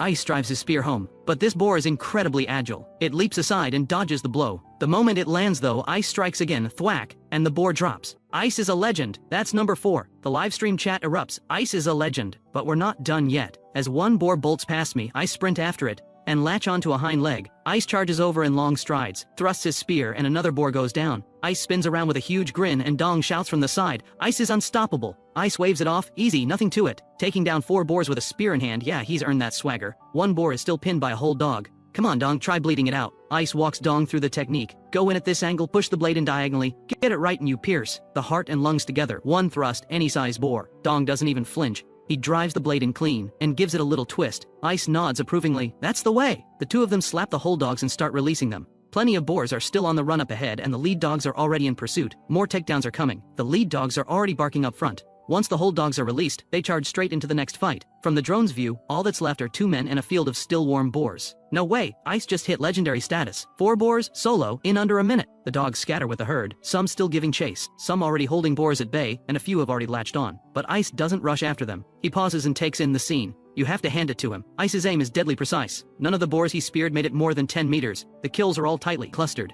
8's voice crackles over the radio. Ice, Ice, there's one pinned up ahead. Go bleed it out. Copy that. Ice charges forward, pure intensity. I'm not sitting still either. I've already dragged down another boar on my own. The fight spreads out into a full-on brawl. I hold one boar. Chief and Fuzz pin another. The hold dogs and Iron Ball work together to latch a third, and Blizzard is already sprinting far out front. Through the night it's non-stop chaos. Takedown after takedown. 13 boars. Big or small, the count is what it is. 13 boars of all sizes. A new record for the 2 of them on crop protection duty. The most takedowns in a single night. Ice soloed 4, I dragged down 3. The villagers help drag all 13 boars together and line them up side by side along the dirt road. Dozens of people come out to see the spectacle, phones clicking away. Too many to haul back on their own. Thankfully a kind-hearted villager brings out a tractor. One day on TV, the next day the greatest moment of his life. Ice can't contain himself, showing off to everyone he meets. He stretches out on his bed humming an off-key tune, while I play with the dogs in the pen. We know each other well enough now that the playful ones dare to roughhouse with me. Sometimes as I walk ahead, Hammer sneaks up behind me and grabs my leg, and Fluffy opens wide and gnaws at my head. Whenever I'm in a good mood, I'll jump out and grab them a treat. Then Captain Wang, who'd visited before, calls 8 and says,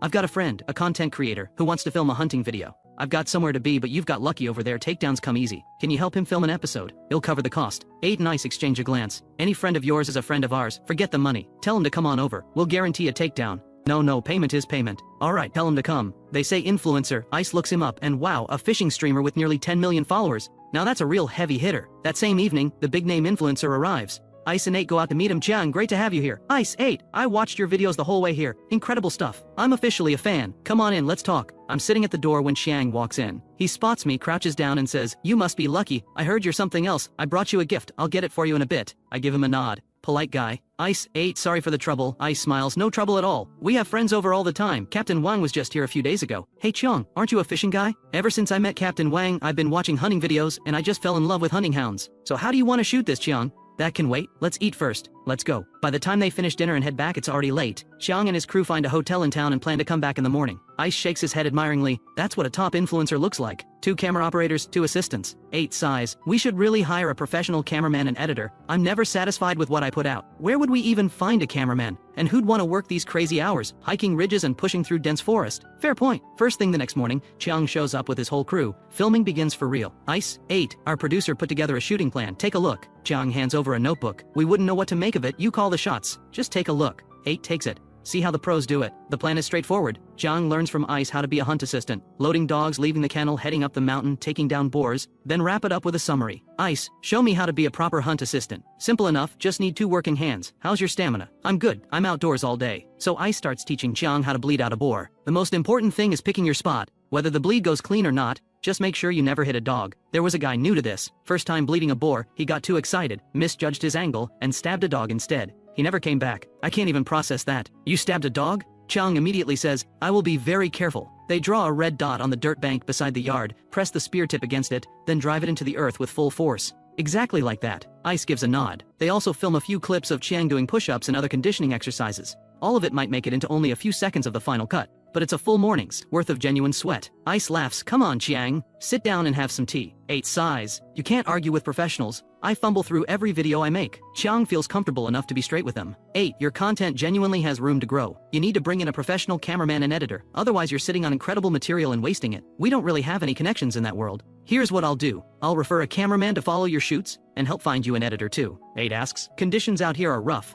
Would anyone actually want to come? Rough conditions mean you make it worth their while, pay them well. 8 agrees on the spot. I owe you one, Chiang. If this actually works out, I can't thank you enough. Lucky puts on a show like nothing else. I can't let that go to waste. Ice and 8 are thrilled. They've been stressing over a backlog of footage, with no idea how to turn it into good content, and now someone walks right through the door ready to help. Luck like that is impossible to stop. After a rest, Chiang finally has time to take a look at the dogs. He tries to feed them, but Ice stops him. We never feed them before a hunt. They'll gorge themselves, and a full stomach on a mountain run will wreck them. I didn't know that. I'll wait until we're back. As evening approaches, they start gearing up the dogs. Chiang pitches in to help, but Chiang and his cameraman end up crammed into the back seat. I shoot them a look, mildly annoyed. Chiang pats my head. Be good now, no biting. Fine, I'll let it go. He's helping find a cameraman and editor. With real professionals on board, the channel is about to take off. Tonight, we have to deliver a takedown. After an hour-plus drive, they reach the spot. 8 gets out and launches the drone. Chiang steps out and watches the monitor. So here we are, near a remote village, where locals say a few wild boars have been regularly raiding the fields, damaging crops and putting people at risk. Tonight, with 8 and Ice from the crop protection team, and our pack of dogs, we're here to take care of these troublemakers. Chiang jogs over to 8's side, and he and the cameraman flank 8 on both sides. Tonight doesn't go smoothly at first. After the drone takes off, and circles the whole village, there's not a single boar in sight. They shift locations, widen the search, still nothing. Starting just after 9 in the evening. They search all the way to midnight. 8 is baffled. Where did the boars go? Chiang manages a pained smile. For Chiang, this episode is turning into a nightmare shoot. He's too anxious to sleep. Staring at the screen alongside 8, past midnight at 1 in the morning, the drone sweeps over a valley and finally, a few glowing dots appear on the thermal display. Chiang bursts out, boars! Those are boars! Yes, 3 boars, deep in dense forest. Captain Wang said dense forest is dangerous. High risk of injury. It's fine, we've got Lucky, he'll drive them out. 8 makes the call, they're going in. Ice, wake up, they're here. 8 shakes Ice awake. Ice pulls me over. 3 or 4 heads and 1 dog's snout all crowd around the monitor. The dense forest backs right up to a small path. It's a short release distance. Lucky goes in first and drives the boars out if he can. Ice straps on my boots. Chiang laughs. Lucky's got an armor vest and boots. Throw in a face mask and he's fully kitted out against those branches. I drop off the vehicle and move into the dense forest at an easy pace, picking through the thinner undergrowth. 100-some meters in, I'm already close to the boars. Chiang, Ice, when do we follow? Wait until the main pack is released. Lucky won't latch on until the pack arrives. All 3 boars are good-sized, and huddled together they don't even look afraid of me. They stand their ground face to face, but I'm in no hurry. I circle around them in the dense brush. The boars won't show me their backs, so they just circle too. After only 2 loops, 1 boar loses patience and charges at me in a rage. I spin and run, drawing it along for a few dozen meters. It tries to turn back to its group, so I bite down. It whips around furiously to face me, so I open up and start barking. My bark is the signal for 8 and the rest of the pack. 8 shouts, he's barking. Lucky has one engaged. Ice, release the dogs. The dogs in the truck hear my bark. The whole dogs take off without hesitation, zeroing in on the sound of my voice. 4 legs beat 2. The dogs blow right past the men. Dash arrives first and holds position with me, watching the boar. Once he starts barking, I go quiet. A moment later, Sparky and Buzz arrive too. The boar is surrounded and panics, breaking into a run, pointless. It doesn't make 20 meters before I stop it cold. The whole dogs arrive fast. Hothead threads between Buzz and Black Lightning at full sprint and latches on without hesitation. His grip is dead on. He locks his jaws around the boar's ear. I see Hothead has it controlled, so I go in and clamp onto the snout. With the 2 of us locked on, the boar can't even shake its head. The rest of the pack piles on, holding it fast. 8 shouts, "It's down! Ice, Chiang, go bleed it out!" Chiang pushes hard through the dense forest, breaks into the open ground between the trees and the fields, then sprints again. Chiang calls out breathlessly, "Ice, I've got the bleed!" They reach the scene. The dogs have the boar completely surrounded. It lets out a string of desperate cries and can't move an inch. Ice hands Chiang the short blade, and nudges one of the dogs aside to clear a spot. Ice coaches, "Chiang, blade goes here. Angle forward and push hard." Chiang nods, but this is his first boar kill, and there's a moment of hesitation. He presses the tip against the hide and drives it in,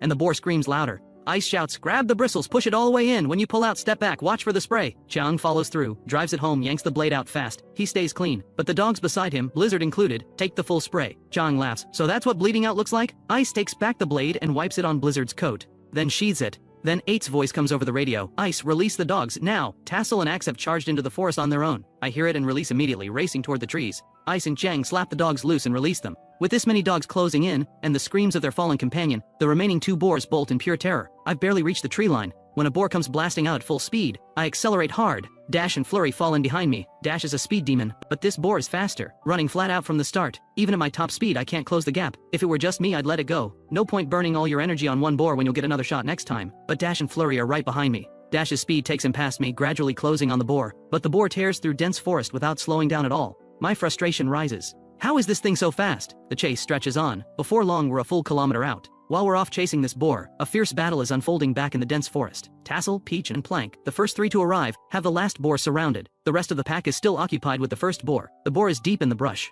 Little room to dodge. The 3 dogs are cautious, barking as they close in to pressure it. Unlike the one I'm chasing, this boar has no interest in running. It stands its ground and faces the dogs head on. Tassel barks and moves in, and the boar explodes forward. Tassel twists to dodge, but a small tree catches his legs. The boar closes in, dips its head, and launches Tassel into the air. Tassel goes airborne. He hits the ground, and the boar gores him again. Blood starts pooling beneath him. He's hurt, and the drone is still hovering over Ice's group. No one sees this. Plank, a freshly brought on apprentice, freezes up and does nothing but bark wildly. Peach flanks the boar and moves in. The boar senses the threat, breaks off Tassel and charges at Peach. Peach is ready and sidesteps the charge, and in doing so, saves Tassel. Tassel struggles to his feet and moves away, blood dripping with every step. He doesn't go far. He's still barking at the boar. Plank is useless. It's Peach alone holding the boar at bay. Thankfully, more lead dogs are arriving. Black Lightning and Blizzard coming together. 3 dogs surround the boar again. The boar is ferocious. It charges again and again. Blizzard doesn't dodge in time and takes a hit to the hindquarters, but isn't hurt. She tucks her tail and retreats to the side, checks herself. Nothing serious. Then goes straight back in. 8 swings the drone over. That boar is something else. Which dog is down? 8 knows every one of his dogs, even through the blurry thermal image. He can identify them just by their silhouettes. 8 shouts, "Ice, Chong, get over there, Tassel is down." Chong hears a dog is hurt and his face drops. He grabs the radio. How bad is it? Can't tell, too dark in there, blood coming from the underside. Chiang turns and slaps the whole dogs hard. "Release, let go, now."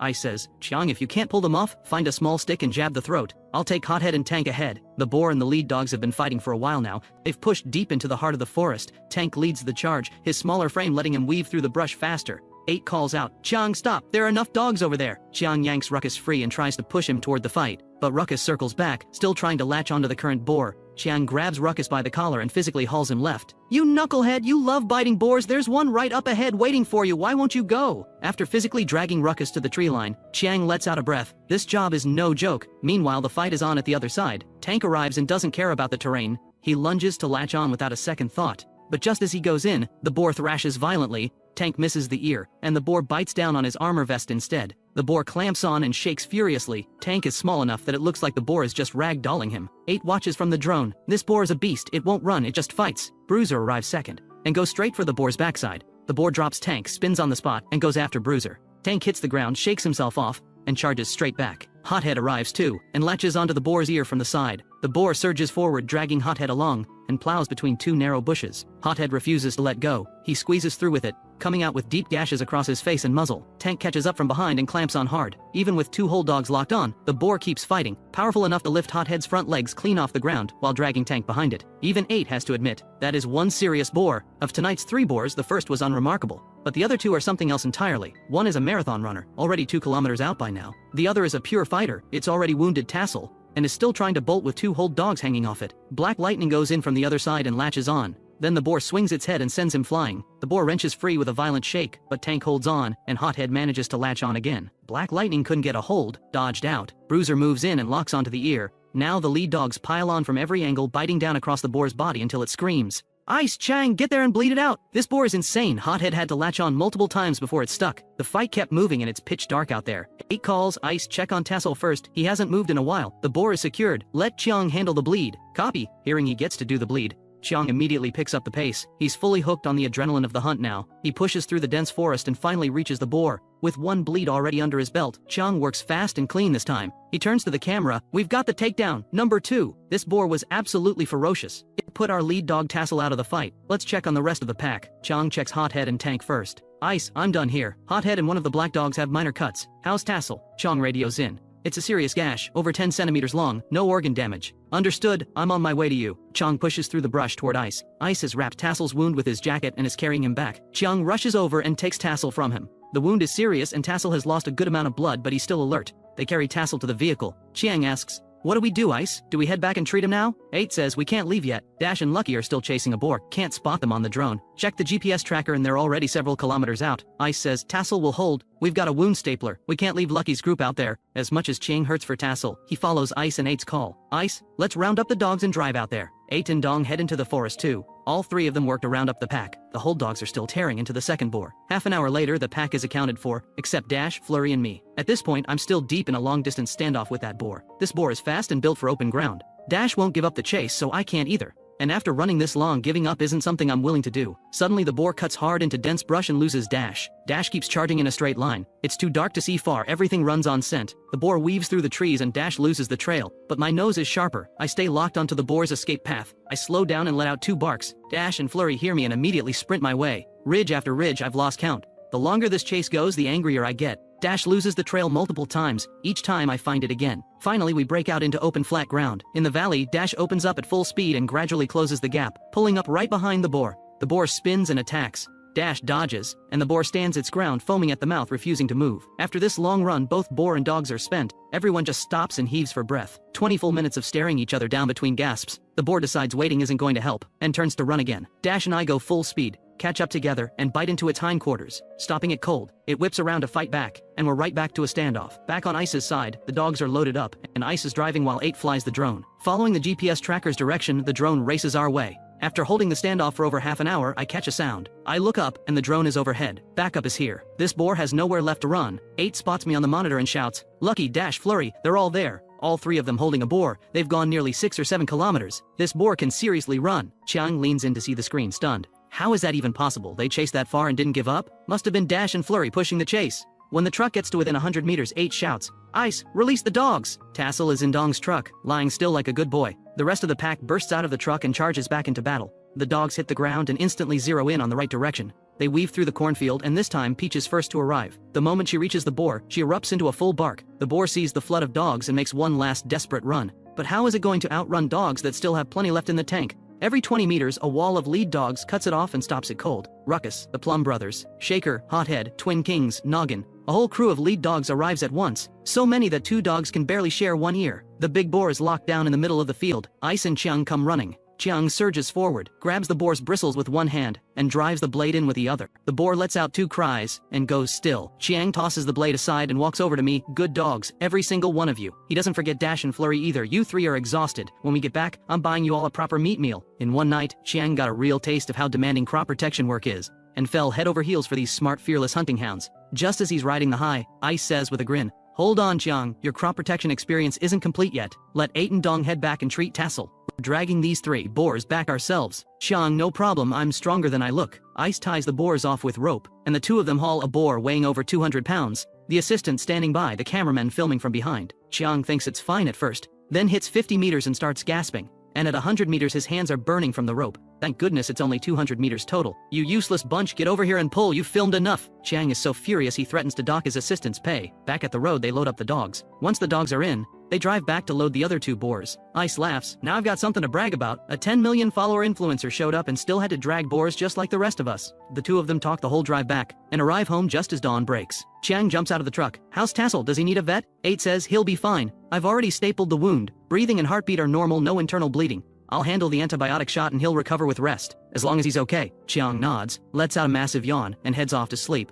I hop off the truck and check on Tassel. He's lying on a mat, patiently taking his shot. I wander through the pen, and see that Hothead's face is covered in cuts. After I left, they were in for a brutal fight. But there's no way around it. No matter how capable I am, I can only handle 1 boar at a time. I can't protect every dog. And if I hadn't joined the chase, I'd never have felt right leaving Dash and Flurry out there alone. Once Tassel's shot is done, everyone, people and dogs alike, goes to sleep. They sleep straight through to the afternoon. I look over at Ice. He's sitting up in bed, kneading his arms and hands. Muscle soreness after a workout like that. Probably from dragging boars the night before. He's in his 40s after all. I get up and stretch a long, satisfying stretch, then grab a stainless steel bowl off the shelf, fish a bag of milk out of the cooler, set it in the bowl, and head off with the bowl in my mouth. Ice laughs from behind. Lucky you're too loyal. Going to check on Tassel again? Why not just make him your girlfriend? I turn, give him a look, and walk out without a word. Just wait, I'll deal with you later. Tassel is recovering in the storage room. I ease the door open without disturbing him, pour out the milk and set beside him, then give him a nudge with my paw. Tassel lifts his head, looks at me, looks at the milk, and puts his head back down.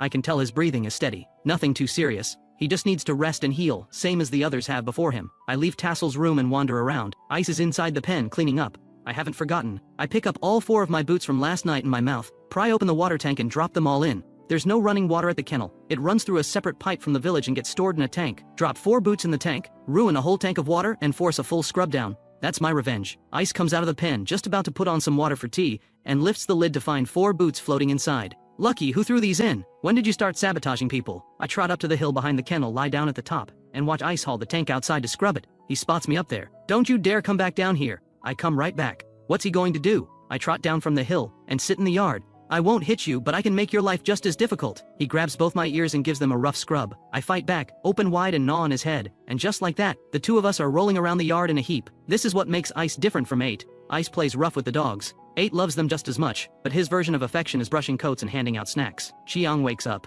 freshens up and heads straight over. A car pulls into the yard just as Ice and I are going at it. Chiang gets out laughing. Did the man knock the dog down or did the dog knock the man down? Ice laughs and gets up, dusting himself off. Just messing around with Lucky. This guy's got way too much energy. Everyone worked hard last night. Today I'm treating the whole crew. You really don't have to. It's nothing. Let me go check on the dogs that got hurt last night first. Chiang goes to Tassel, who barely looks up at the visitor. Chiang runs a hand over him and asks if it hurts. After checking on Tassel, he goes to see Hothead. Ice fills him in. This dog is relentless. Once he bites, he doesn't let go. He's already lost several teeth doing it. His legs have been knocked around by boars so many times he walks with a slight wobble. Chiang strokes Hothead's fur. What an incredible dog. If you like him, he's yours.